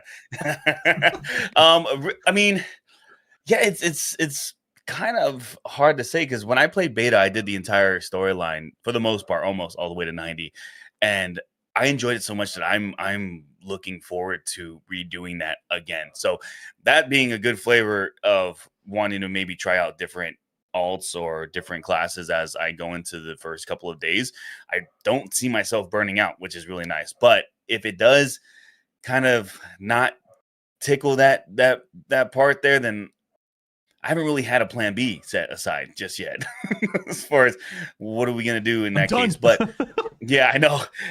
I know for sure I'm gonna have to kind of figure things out as it goes, because once the game actually drops, that's when more of the actuality of like near race actually is obtainable, things like that. But I kind of just enjoying that first couple of days on my own and seeing how the community is responding to it as well. Slowly start expressing the love for the story that we all get to kind of witness for the first time. And then I might just fly around Eversong and what used to be the Dead Scar. And I'm not going to say one other part because I think it's absolutely amazing what's connected now. So probably just go up and down that over and over again on my flying mount. That's cool, man. I agree. I love the revamp they did. The just whatever you want to call it. It looks phenomenal. Mm-hmm. It looks so good, man. What about you, Drowsy? What do you want to feel those first couple of days? I think it's important, like, if everyone feels like everyone's enjoying it and everyone's having a good time, because, you know, in whatever way they enjoy the game. But ideally, things like there's not a lot of bugs, you know, like if there's a quest and it kind of trips you up because you're trying to get the Sojourner achievement done, do all the side quests, but there's one of them that's kind of bugged because the guy won't spawn or whatever it is. So hopefully everything's like smooth, and it's kind of nice when, you know, you sink a big session into the game, you spend hours on it, and then you come off because you've got to go to the store or go to work or whatever, and then you look on things like Reddit and Twitter, and people are just saying all good things. It just feels nice, right? Because like they've done it, they've nailed the launch. Everyone's happy. Maybe there's one guy that's mad about something. Goddamn, hurts still, you know. But if everyone's generally having a good time and it feels good, and like it's the reputation of the game. They're Why still did they do catching it? strays. Fucking light Yeah, plushies. that's funny. But yeah, if just everyone's having a good time, like the community's like behind it, then that's what I'm hoping is the situation.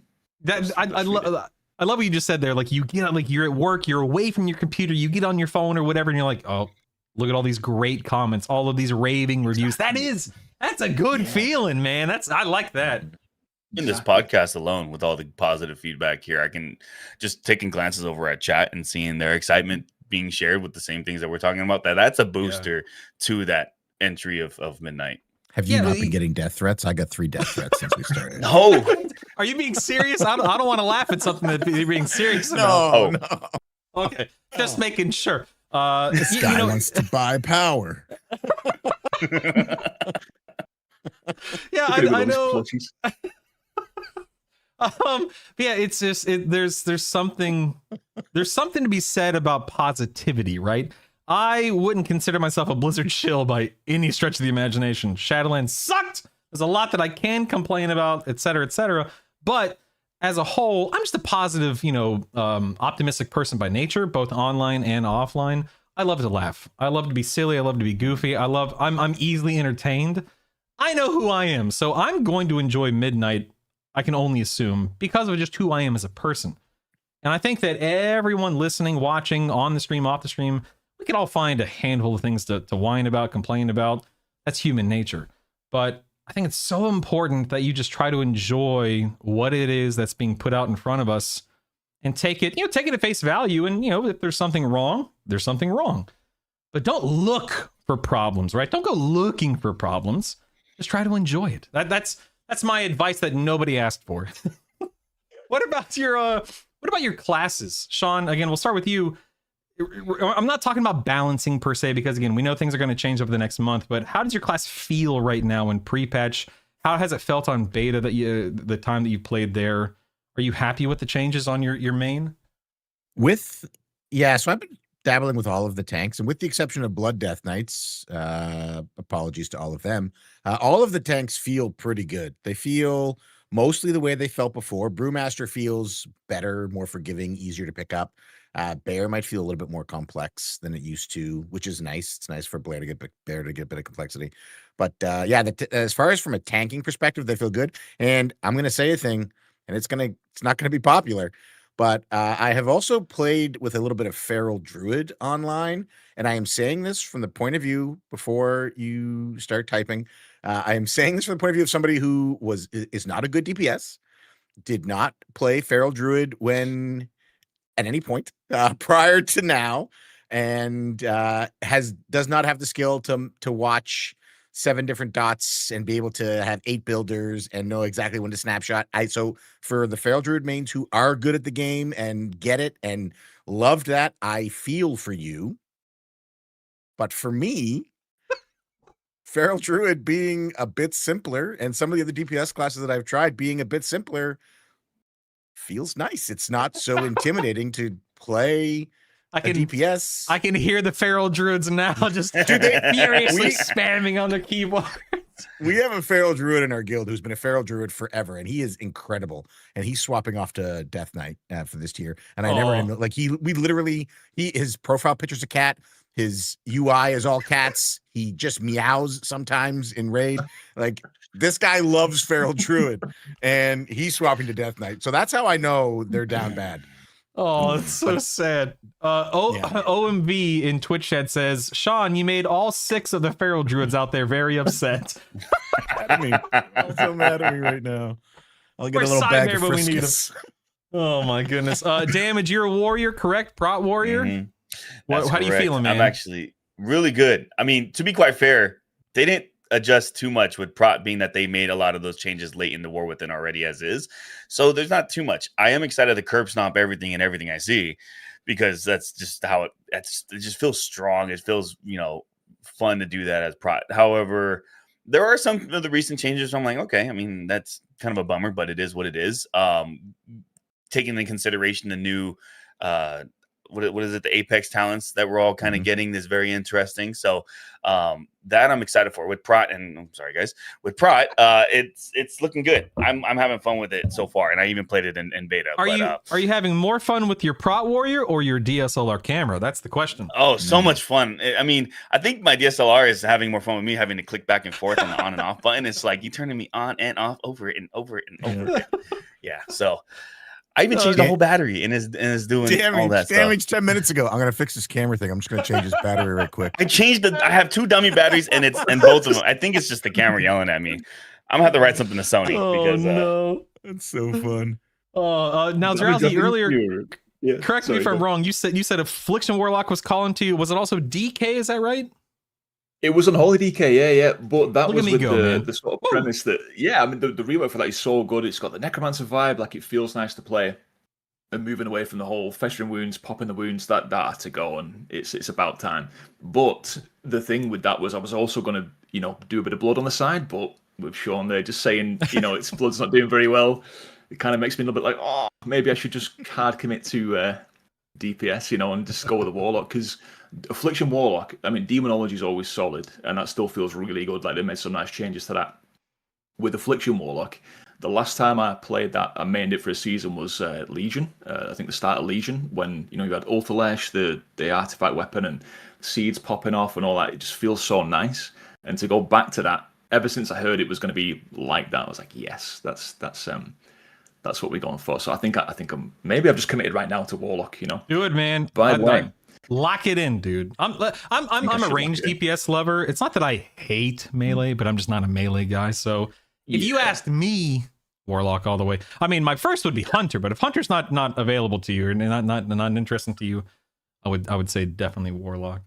Well, Damage, we appreciate you continuing to work on the issues there. So thank you very much, buddy. Your hard work does not go unnoticed. I'm sorry about that, y'all. Keep on casting. I'm serious, man. You do not need to apologize. It's all good, man. The next poll question asks, who does Midnight feel designed for right now? Looks like there were 4. Oh, wow. There were 4 available answers. Only 3 of the 4 have been selected. No one selected hardcore players, and I would agree with that. I don't feel like Midnight is catering to hardcore players much at all, which I think is a good thing. I don't think that's a bad thing. But it's an even split, 33% across the board between casual players, everyone, and it's unclear at the moment. Sean, what do you think? Where is Midnight Design? Where's the philosophy at for you right now? I feel like they are trying to target a little bit of something for everyone. But more importantly, I think the target audience for Midnight is returning players. As opposed to new players or players who've been playing for a long time, hardcore players like that. And hardcore player is such a bad term. I know people have like 12 accounts to farm mounts. Those people are they're just as hardcore as MDI players, just a different type of hardcore. They have pee jugs and poop socks too. They are just as intense as the rest of us. So hardcore is a term that is agnostic depending on your type of content. Sorry, that's an old reference. But yeah, I think it's more focused on returning players. It's like, hey, we're bringing in housing. We know a lot of people wanted this. It's a very hype feature. A lot of people are excited about it. So let's get in with that. We're demystifying some of the classes. They might look a little bit closer to what you remember when you last played. If when you last played was Wrath or Kata, maybe a little bit Mop. So come check it out for that. And yeah, we're building a cohesive story and taking you back to a place that is familiar. Eversong Woods, we're going back to Eastern Kingdoms. So I feel like a little bit of it is, hey, you enjoyed Burning Crusade and you haven't played for a bit. Come on in. And I'm okay with that. Bringing people back to Azeroth is always good. And I think they've done, it's a difficult thing to balance. People say like, oh, if you try to hit everyone, you hit no one. But Warcraft has always had an audience that appealed to a huge spectrum of players. Like right from day one, it's been gritty and cutesy, all wrapped in the same package. And I think now they're just embracing that as opposed to only focusing on one side, which is nice. Yeah. So yeah, that's what I think. I think there's also something to be said, and I'd love to hear your guys' opinion on this. There's been a lot of talk recently about, oh man, Warcraft is changing. Blizzard isn't listening to their existing audience base. What are they doing? I can only assume, if I were Blizzard, I would absolutely be doing everything in my power to attract a new generation and a new audience, not ignoring who's existing, who presently plays, of course. But how much truth do you think there is in that statement to where they're designing these systems, they're making these changes to attract returning players, new players? Because, hey, Sean and I, we're in our 40s, man. We're not these young whippersnappers like Damage and Drowsy down here, right? We're getting old. We're not going to be around forever. I mean, what is there truth to that? I mean, I think there is, but what do you guys think? I'll let Drowsy take this. Nice one. Yeah, I agree with everything you said. I don't want to repeat what you just said, but yeah, it's like, I think it's definitely not, getting to the top end. I think it's trying to, they're not changing the way they do things. I think they're just trying to expand the things that they already do to appeal to more people. It's like things like with the prey system, So some people don't raid, don't do keys, and they do just spend the time doing delves, so like they're out in the world and things. So like things like prey is good for them. Because WoW, to a brand new player, WoW is a hard game to learn, right? There's so much going on. When you try and bring, I don't know if you ever had anybody, a friend or anybody you know, trying to come in to play WoW and trying to explain it to them. It's so difficult, and they're like, well, what's this? Why do I need to go to the main city? What do you mean there's talents? And I'm going to interrupt you real quick. Please don't lose your train of thought. About 10 years ago, this is 10 years ago, I asked my older sister, she's 3 years older than me, hey, do you want to play WoW? We can stream it, we can have fun, we can make a YouTube series out of it. She said, sure, yeah, that would be fun. And it was so, I mean, she's a very intelligent, she has a PhD. I mean, she's a very intelligent person, and she's played games her entire life. And she had such a hard time picking up some of those early moments because it, especially 10 years ago, it just didn't do a good job of explaining things and walking her through that. I feel like so often it's easy for us who have played the game for literally decades now to just assume that people get how things work when that's not the case at all. Anyway, please continue your train of thought. Yeah, so they've made things a little bit easier, like, you know, with the... Is it Exiles Reach, the new island you go to now when you create a character? So that is good. That's a step in the right direction. But there's still a lot of things that doesn't do. I remember, I think it was about 3 or 4 years ago, I thought, do you know what? I'll help the new people. I'll make a series, like a complete WoW beginner guide, right? So I did, and it ended up being about 6 videos, and it still wasn't finished. And I was like, there's just so many things, like trying to explain combat, and then travel. How do we get around the world? And then professions are so in depth. They've only gotten worse, by the way. Obviously, because they're a bit more, I say worse, but they just got more complex. Right. There's just you were right. so many things. Right. It was worse. You could double down on that. But yeah, there's just so much to do. And they're even rolling that back now, aren't they? Professions, that they're becoming a little bit more simplified. There's less tiers of improvement for them. Yeah. So yeah, it's a lot. But yeah, I feel like the things they're doing, like with housing, making the classes simpler and all those things, it's kind of just trying to broaden what they already do, I think, to even more people, hopefully. But yeah, I think you're absolutely right, Sean. It's for the returning players, not necessarily for the new players, you know. Dude, I spent 14 years as a literal rocket surgeon. My profession, my trained career was as a technician on missiles and targeting systems. Nice. And I couldn't figure out on Holy Death Night. And I have access to some of the best players in the game. And I almost cursed. I play this game for a living, and I couldn't figure out. It needed to be reduced. Sorry, Damage. Welcome back. We missed you. Sorry. Do you think Warcraft was too hard? Real quick before I put my input, I had my wife come up and bring the exact same camera she has up, so I switched out the entire rig. Nice. So we shouldn't have any issues going. Give it 5 minutes to warm up, right? I swear to God, if this one blows up on me too, I'm gonna. Oh man. No, I definitely agree that going off of the grid that we saw a moment ago with the poll, it's literally meant for, I think I agree, meant for more of the returning player base.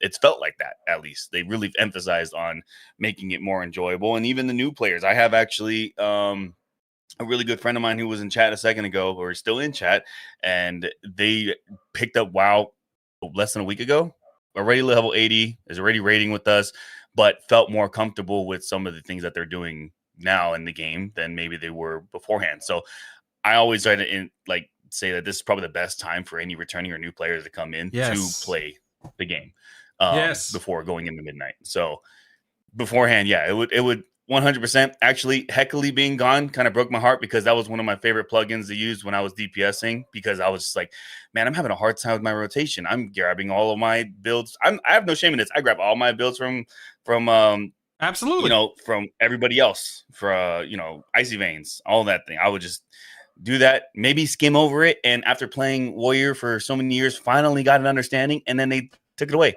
But that's okay. I still enjoyed the game very much. I wasn't complaining. It was a lot of fun, and I think that's going to be the benefit for all of the new players and returning players coming in, and anybody that's mad about it, they can still play because they're going to. Yeah, I think it's a really good point. I think it's critical that Blizzard continues reaching out to those both new and returning players, because I feel like so many people lose sight of the fact that, again, the player base, if it continues to dwindle, that ain't good. We want to bring in new life, or that returning player to give us a broader game and to give us access to more players and more interaction and more groups and more raids and more this and more that. And just, I think we can all think back over the 20 years this game has been out to 1,000 different guild members and friends on our friends list that are no longer playing. I mean, how amazing would it be to have even a fraction of those people come back and just get reinvested and plugged back in? I would love that personally. Yeah, definitely agree. I mean, what do you say? So we've been talking about, reaching out to people and bringing people back in and how cool Midnight is. And I agree with you. I think that now is a great time to get plugged back into the game, more than it has been in recent years. But what if someone reinstalls WoW or installs WoW for the first time? They start playing through Midnight. Maybe they even reach max level and they say, not for me. Like, who is that? Like, what in the game doesn't exist for someone who just isn't vibing with it? Does that question make sense? Like, what do you say to somebody who says, well, WoW just ain't it for me, man? It's a great question. I think it's definitely a difficult one to ask, because it's almost like something you don't like to eat if you're, tomato type of deal. At least you tried it. That's one thing I like to at least put out there is if, with let me use Final Fantasy 14 as an example. I played it. I got to my job to level 60. And then they said, cool, now you unlock this and you can go and get this. I'm like, cool, how do I do that? Start over on the same character. I'm like, oh, don't like that idea. I don't like that. But at least I tried it. You know what I mean? At least I tried to play it. So same thing can go for World of Warcraft, vice versa, in my opinion. So if they hit 80 and it's just this isn't their flavor, maybe unfortunately they didn't have the right influence with the community to do so, or whatever it could have been, I think at least they tried it in my opinion. Yeah. I respect that. Yeah. Don't Tase Me Bro says, it's okay, we have Prop Hunt coming up. Everyone, listen, are you making a joke? Don't Tase. I'm excited for Prop Hunt. Thank you very much. I love Prop Hunt games. That's one of my Don't Tase best Me Bro. mates. That's one of my best mates. He actually really is excited for that. How dare you? Oh, okay, fair enough. Me. Well, we can game together. I'll Prop Hunt with you for real. I really am looking forward to it. Sean, did you have an opinion on if Midnight isn't vibing with someone?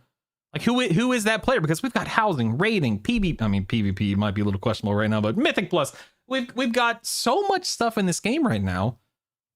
What do you think would cause someone to say, meh? The story? Yeah, I'm not sure if there is people who Midnight isn't for. I think that's okay. I think there's lots of game. We're in like the renaissance of gaming right now. There's lots of stuff you can play. But if there is somebody who it's not for, we'll certainly hear about it on Twitter. So we'll know who they are immediately, and they'll give us all of their reasons why it's not exactly the thing that they wanted. And I feel bad for those folks. But yeah, I would like to pitch Blizzard, if you're listening, and you might be. I would like to pitch a flip on Prop Hunt for Halloween. I would like a Halloween version of Prop Hunt where the props hunt the players. Yeah, I can turn into a cheese board, and I can't run. I can only walk slowly, but I have to try to chase you down throughout Silvermoon. Halloween prop hunt. That's what I want. Somebody hire this rocket surgeon. Holy moly. You say cheese board, the charcuterie boards that they talking about, those little ones? Yeah, listen, I'm in Canada, man. We're not fancy, all right? It's a cheese board. It's okay, gotcha. I just figured out how to really say that word correctly for the first time not too long ago. So yeah, I just say like, charcuterie board. Yeah, Sean just gave me an opportunity to say charcuterie. Sorry. Bleep it out if it's bad. I apologize. My fault. I was hoping I'd be able to work in charcuterie. Thanks for the assist. I got you. Sean, I just remembered, or you just said, you're in Canada. Are you going to the Northrend event next month? Oh wait, next week. Sorry. Yeah, it's next Saturday. I'm actually running the stream for it. So I will be there. I will be very busy if you were there. Waved at me from across the room, but I'll be wearing one of those signs that says, this is an emotional support streamer. Do not pet, because I will be very busy. I have an interview to start the show with one of the devs, Toby Rangiani. And then from that point forward, I'm myself and Rolly, a friend of mine who's coming up from Texas. Shout out Texas. We're going to be running the whole broadcast for the event in Toronto. Dude, that's so cool, man. That sounds awesome. Do you know Pika? Have you talked to him personally or anything like that? Yeah. Pika. So Pika, it was originally, I don't know how much of this I'm allowed to say, but it was originally Pika wanted to do a community event, reached out to Blizzard. Blizzard said, hey, we're also doing an event that same month. Do you want to mix them together? And I was on Pika's team for the community event. So cool. Please give him a hug for me. I've known him for a few years now. He's been nothing short of the sweetest guy ever to me. So please tell him I'm sorry that I couldn't be. I mean, I've already told him this in Twitter, Discord DMs, but just please give him a hug for me. That guy's so I cool. will. Yeah, Public He's Pika a- is very, very friendly and nice. Yeah, he's such an awesome guy and a heck of a good tank. And I heard you are a heck of a good tank too. So make sure you carry me through keys this next season. That's all I'm gonna say. Yeah, no problem. so- Same price for everybody. free, right? The answer there is free. Listen, All right, we need to make a wait, goal some wait. way or another, right? We got to make sure we upgrade our That's gear right. somehow. So Why are you still gotta- laughing? there's- Why are you still laughing? It's free, right? All right. Anyway, so the last poll question asks, what usually decides if you stick with an expansion long term? About half of the people, including myself, said the in-game loop. I mean, to me, that just makes sense because I'm an in-game focused player. But a lot of people also said the community and the social scene. With you doing Mythic Plus, but you don't really raid Drowsy, where do you fall in that spectrum? Do you care about the in-game loop? Or do you care about the social scene more? Because I feel like you're right smack dab in the middle there. Yeah, the social scene's important for sure. I think for me it's the two things. So it's the end game loop, but it's also the ongoing support cadence and like what's coming up. Because so for me, like the end game loop, I might do the raids, clear heroic. I'm not too fussed about mythic, but then I might get Keystone Master, Keystone Hero maybe, and do that. But then once I've got to that point, I'm kind of just like, okay, I'll do a weekly key. But then it's me for more about like going gathering things, doing achievements and stuff like that, doing social stuff.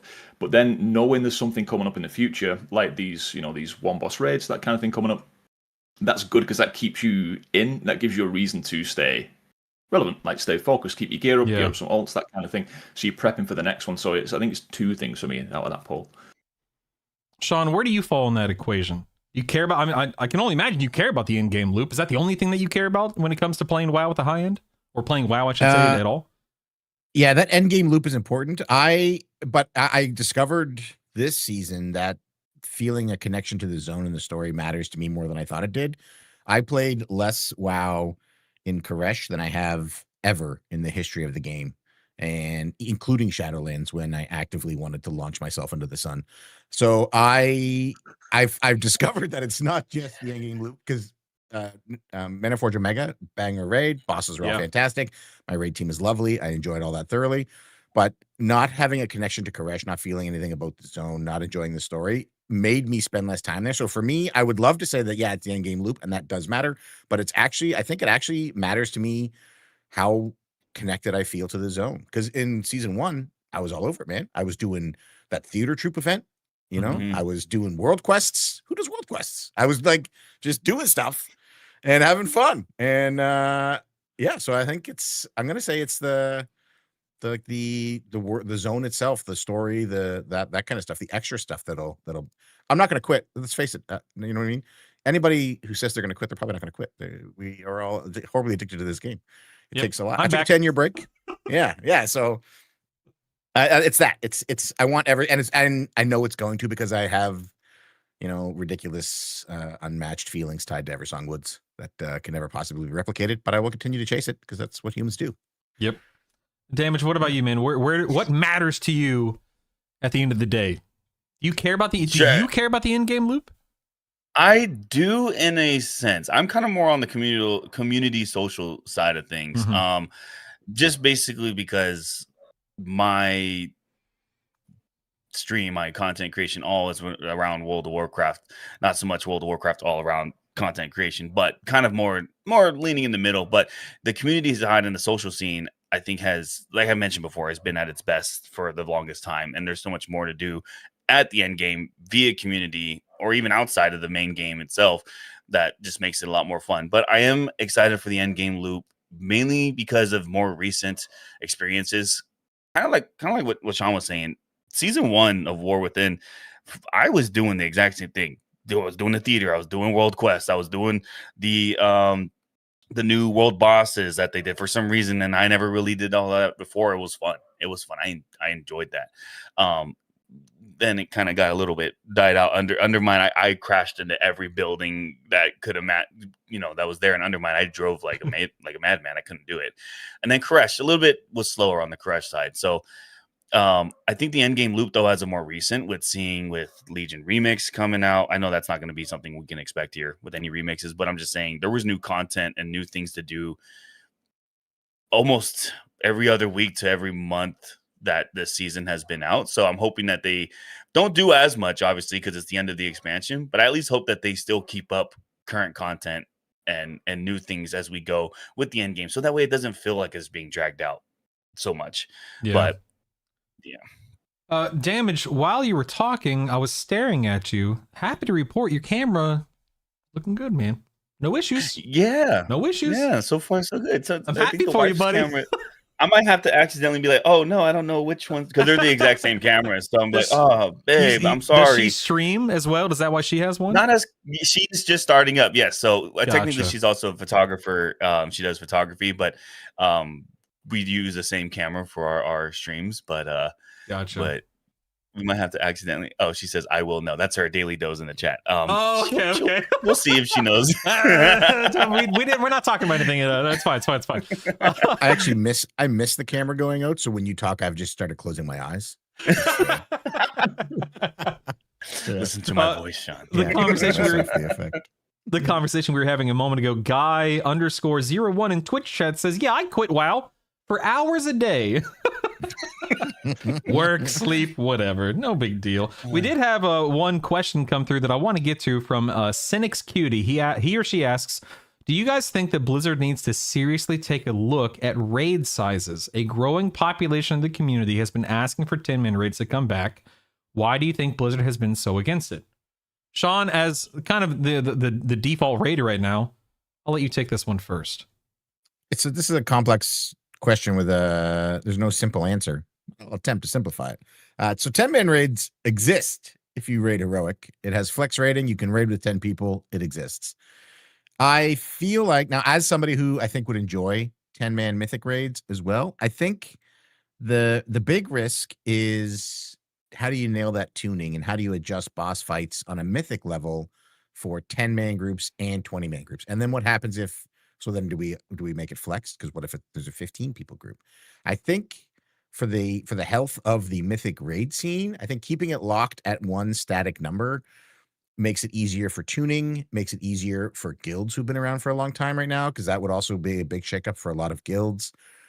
So I don't expect we're going to see a change in that anytime soon. And I don't necessarily think I want them to change it.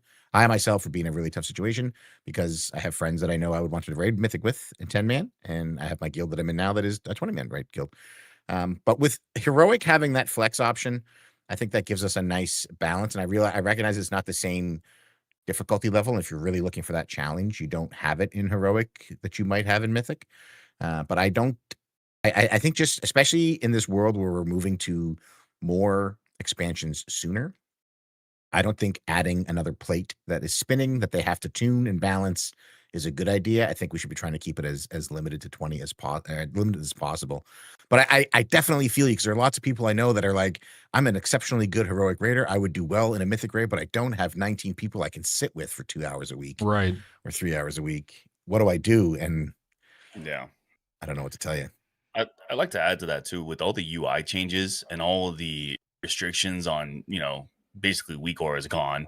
All these things that are these massive changes. I definitely agree that I don't see a change to that as of anytime soon. Because looking at the bosses now, they definitely seem a little bit dimmed down with Sean, you can definitely correct me on this. I've only seen so much when it comes to rating in Midnight, but it definitely, you can tell that it's more obvious in some situations with the rating of like mechanics and things like that. So there's still, I think there's gonna be a lot of adjustments when it comes to that. So sticking to the flex up to heroic is a great idea for like just to stick to that for now, and then keep mythic where it's at to make things that competitive level. There is going to be that competitive itch for rating that everyone's going to want to touch. And I think having to meet 20-man and then I don't know how I feel about the lockout part so much, but I'm not a competitive mythic raider. So I stay within my heroic range until the end of the season when people are like, yeah, I'll carry you. I'm like, yay, cool. Yeah. I do want to address that lockout. I'm glad you mentioned it because Strido in chat also mentioned it. That's what made me say it too. Yeah. Yeah. I think I would definitely be open to and like in support of the Mythic lockout being flexed like it is with Heroic, but not until Hall of Fame closes. If you this is the problem we have with Mythic and making adjustments.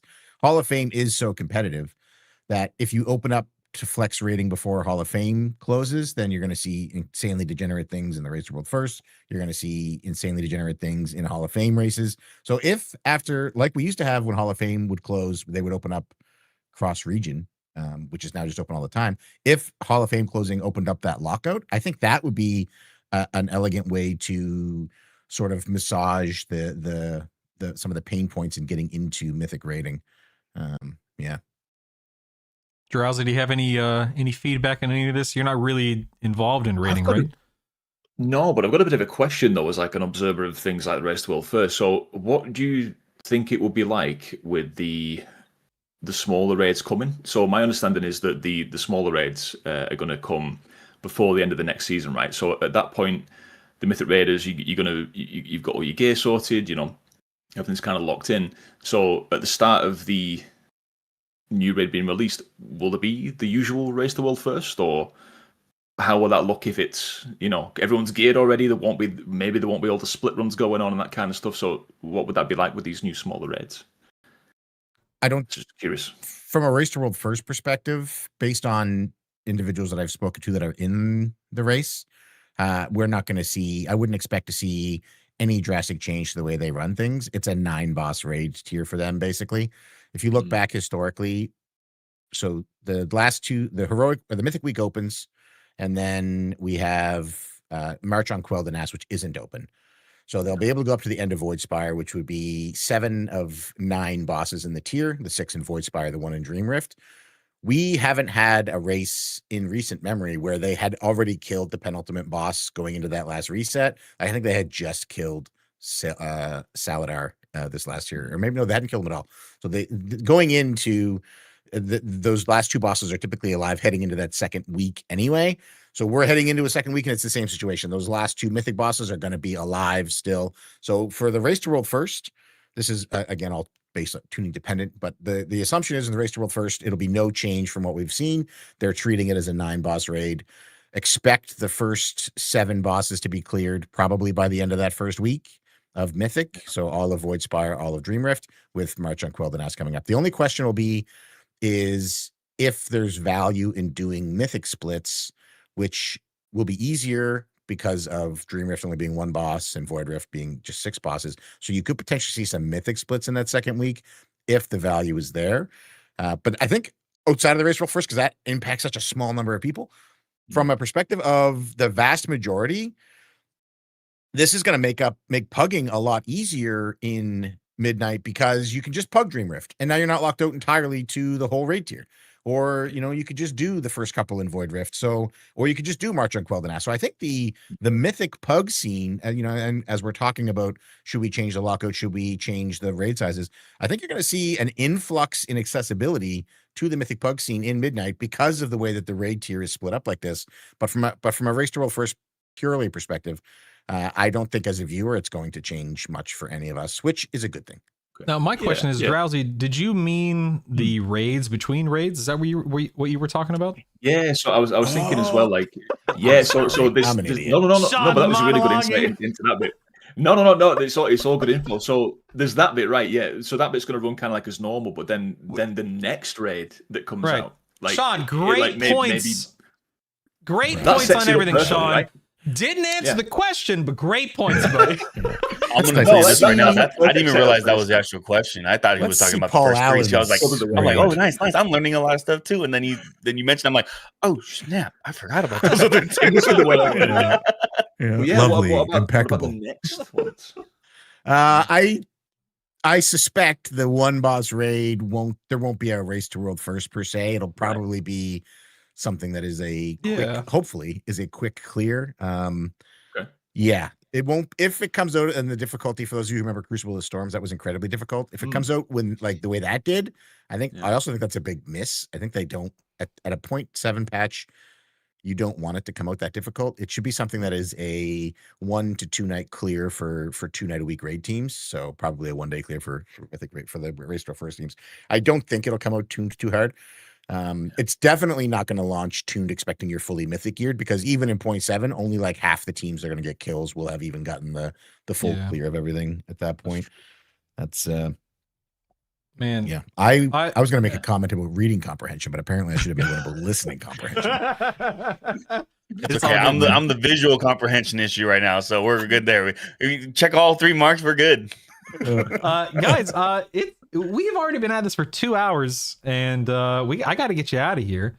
I can't believe time. I genuinely can't believe time has flown by this fast. This might be the most joyous episode so far. I have been cackling and laughing and giggling, and your vibes, your attitudes have been infectious, and so I just want to thank you again for being on the show today. It has been a genuine joy. So thank you for being here. I'm gonna go around the table one more time and ask you guys a question. I'm going to let you guys plug yourselves again, because I want to make sure that people have an opportunity to hang out with you on your streams, your YouTube channels, your Discords, etc. Sean, the same question for everyone. Sean, we're going to start with you. If somebody logs into Midnight day 1 and they're feeling a little overwhelmed, what kind of advice or encouragement would you give them to kind of just ease into the expansion? Maybe they're a returning player, maybe they're a new player. How can someone not feel overwhelmed with a brand new expansion? And then also, again, tell people who you are and where you can be found. For sure. Thank you very much for having me. I've had a blast. If you yeah, log into Midnight and you're feeling overwhelmed, just slow down. Take a breath. Do the campaign. The quests are all marked with a little shield icon and an exclamation inside of them, and that's it. That's your home. Just live there till it's done. Don't worry about completion of zones. Don't worry about farming. Don't worry about professions. Don't worry about what streamer told you blood that was bad. Just focus on the campaign, and when you get to the end, you can figure it out. And to plug myself, if you liked me, if you want to hear more of these spicy takes, we have Spicy Take Friday over on the stream, where the spice must flow, and we try to make people as angry as we can in chat heading into the weekend, because that's the best time to do it. I am Cartridge Bros everywhere, literally everywhere. If it's a social media place, it's Cartridge Bros. I guess if you're one of the 6 people on Blue Sky, it's cartridgebros.studio. And yeah, also the Raider.io YouTube channel. I do all of their videos. That's me. And For Azeroth podcast, correct? Yes, For Azeroth podcast. Yes. Sorry. I can't believe I forgot that. I'm probably all good, man. You will find, and this is true for every episode, I do my best to make sure that every guest has representation in the description below. So go down there. You can find their links. Go follow them. Go sub to them. Go hang out. Go leave comments. Go engage. It helps all of us out tremendously. So Sean, you are nothing short of amazing. Thank you so much for being here today, man. Damage, I'm going to throw it over to you. You're down. You're just going to throw you down to you, Damage. If people are feeling overwhelmed, what kind of encouragement would you give them to just kind of ease into the expansion, and then tell people where they can find you? Sure. Yeah, to add on to basically what Sean just said, literally, first and foremost, that is the best thing to do. If you get on the Midnight and you feel like, oh man, there's a lot going on, just stick to the main story. Just enjoy that. Take your time. Don't feel pressed to have to like get through it as fast as you can. Even if you have early access, just take your time, enjoy it. You might get booted a couple times if the launch is not good, but hopefully it is good. So just have patience with it and enjoy it. Another thing I can add is, if you are comfortable with it, find a community. There's a bunch. You can go on any social media, or go on Twitch. You can go on YouTube. You can go on TikTok. All the above. Instagram. You can find a community and maybe that fits right for you.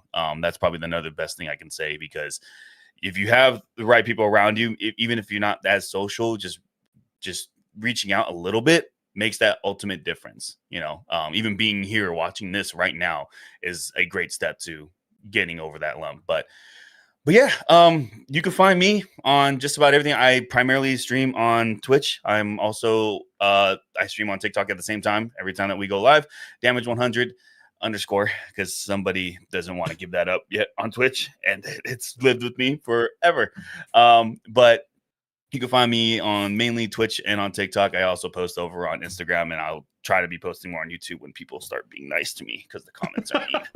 But we try to work around it. Yeah. But the community is great. I've been very lucky to have a lot of people in the last couple of months, including you gentlemen, teach me things, build off of things with World of Warcraft, and revivify basically what makes me love the game so much every time I get on, every time I can. So yeah, I'm very happy to have been here. Thank you so much for the opportunity. This was probably the best experience I've had via podcast in general. I'm and happy so to hear that. yeah, I'm very, very happy that I had this opportunity. So thank you guys. Thank you. You're more than welcome. Thank you too, man. Drowsy, bring it home, baby. What would you tell someone who's feeling a little bit overwhelmed with Midnight early on? And then please tell people where they can find you. Absolutely. So I think the important thing to remember is two things. First of all, you're playing a game, so there's literally no pressure to do anything correctly, you know. And also remember that you're just human, just like the rest of us. We've all been you at some point. We've all been overwhelmed in this game, whether it's the first time you've done a mythic key or a raid or whatever it is. So you're not doing anything wrong. Don't worry. Just take your time. Like the guy said, I agree. Just do some quests. Just literally do some quests, or just think, oh, that looks cool over there. Go and see the thing. Just go and do whatever you're drawn to in the game and just have fun. But like Dan was just saying, their community is a massive thing. So there's like World of Warcraft. Like there's nothing that makes it better than doing it with people that you enjoy being with. So definitely find your people. And that definitely makes the game a lot better and a lot easier. And even though you might get some nasty people, you know, kicking out of a dungeon or whatever it might be, there's a lot of good people out there. They don't represent the community as a whole. You know, the asshats. You know, there's a lot of good people. So just find your guys, you know, and there's people that will play with you. Find me. Cheers. So, yeah, main thing for me is YouTube. I don't stream. So YouTube, The Drowsy Dragon on there. Put lots of guides for all sorts of things to do with the game on there. And the Discord, the best place to find me is in the Discord server, really, as well. So YouTube, Discord, The Drowsy Dragon. And that's me. And thank you very much for having me. It's been class. It's been awesome. Been really excited for this. It's been really, really good. Heck yeah, man. This was fun. I'm again just a smile on my face the whole time, genuinely. So thank you guys. You're awesome. I cannot wait to invite you guys back on as the expansion unfolds and as the rest of the year unfolds. So make sure you guys go follow these guys, sub to them, hang out with them. I'm dead serious. Anytime you're able to interact with a content creator, whether on their channels, their YouTubes, it means the world to us. So thank you, thank you, thank you. You guys are out of here. We're done. This has been episode 15 of Brutally Honest, a WoW podcast. Next week, we have Arson. I'm looking at my phone just to make sure I get this right. Arson, Shaderic, and Herrick. It's a lot of weird names leading into each other. But looking forward to sitting down with those guys for the last episode. This has been the penultimate episode, the second to last episode. Thank you, thank you, thank you. You are done. You have been released. Appreciate you guys tuning in. We'll see you next week. My name's Brutal. That's been Cartridge. Wait, this second. That's been Sean, Cartridge Bros. It's been Damage 100. And wait, hold on. I'm trying to get my angles right. And then down there is the Drowsy Dragon. So appreciate you guys. 15, episode 15 in the books. Oh, absolutely. Please. One last thing. Everybody in chat, let's wish a happy belated birthday to Brutal here, by the way. Big 40. So big happy birthday. You can sing. You want to sing? Happy birthday to you. I'm leaving. Happy birthday, Mr. President. Brutal, you look like Usher in that video where he's like pointing at the squares, but then when he told him he's in the bottom left corner. You guys are awesome, man. This truly has been a fantastic episode. We are all done. I know, Sean, you got places to be and you guys have lives to live, so get out of here. I'll reach out to you guys over the next 24 hours, let you know when the episode is live, and if you want to share it, you can, but thank you. And by the way, shout out to Twitch chat as well and YouTube chat. You guys have been super engaged this episode, so give yourselves a pat on the back. I hope you guys, I'm speaking to the three of you. I hope you guys had fun. I hope you found value in coming onto the show today. It has been joyous. Truly. But get out of here. Go. Enjoy the rest of your weekend. Drowsy, have a great night. Sean, have a great time doing what you're about to do. Damage, appreciate you, man. And shout out to Damage's Daily Dose. Is that her name, correct? Yes. Get your camera back, all right? Go get your camera back. Don't let him take it from you. Right here. This is the one. Perfect. Thanks, guys. Have a great rest of your day, guys. Thanks a lot. Bye, guys. Have a good one. Take it easy. See you soon. Wow, now that I listen, I know that it's my job to say, oh, that sure was a good episode, man. Was that fun? That was fun, right? I went into this episode hoping and expecting the vibes to be on point, and for our personalities to really, you know, to spark good fun conversation and whatnot. That was a blast. Holy moly, man. Shout out to those dudes. That was truly enjoyable. What a show, Sibby. I agree. What a show, baby. Woo! That was fun, man. I'm gonna find, hold on one second. I've got a lot of real life stuff to do today, so sadly, I don't have anything that I can follow up the podcast with as much as I would like to. Let's see. I'm going to raid my friend Shaw, who was a guest a couple of weeks ago on the podcast. Go hang out with Shaw. He's probably tanking some keys. Tell him that I and all of us say hi to him and wish him well. So, love you guys. Have a great rest of your Sunday. Have a great rest of your weekend. I'm not streaming tomorrow. I have a real life obligation tomorrow. Which in turn means I may be streaming Tuesday. So you can, I'll tweet and Discord and all that fun stuff. So won't be on tomorrow. That's going to be my day off that I take for the week, but that's okay, man. Midnight is a week and a half away. So don't worry. I'll be around a lot in the coming weeks and months. So appreciate you guys. Love you guys. Live well, be well, do well. I'll see you Tuesday at the earliest, Wednesday at the latest. Have a great rest of your day. Love you guys. Bye.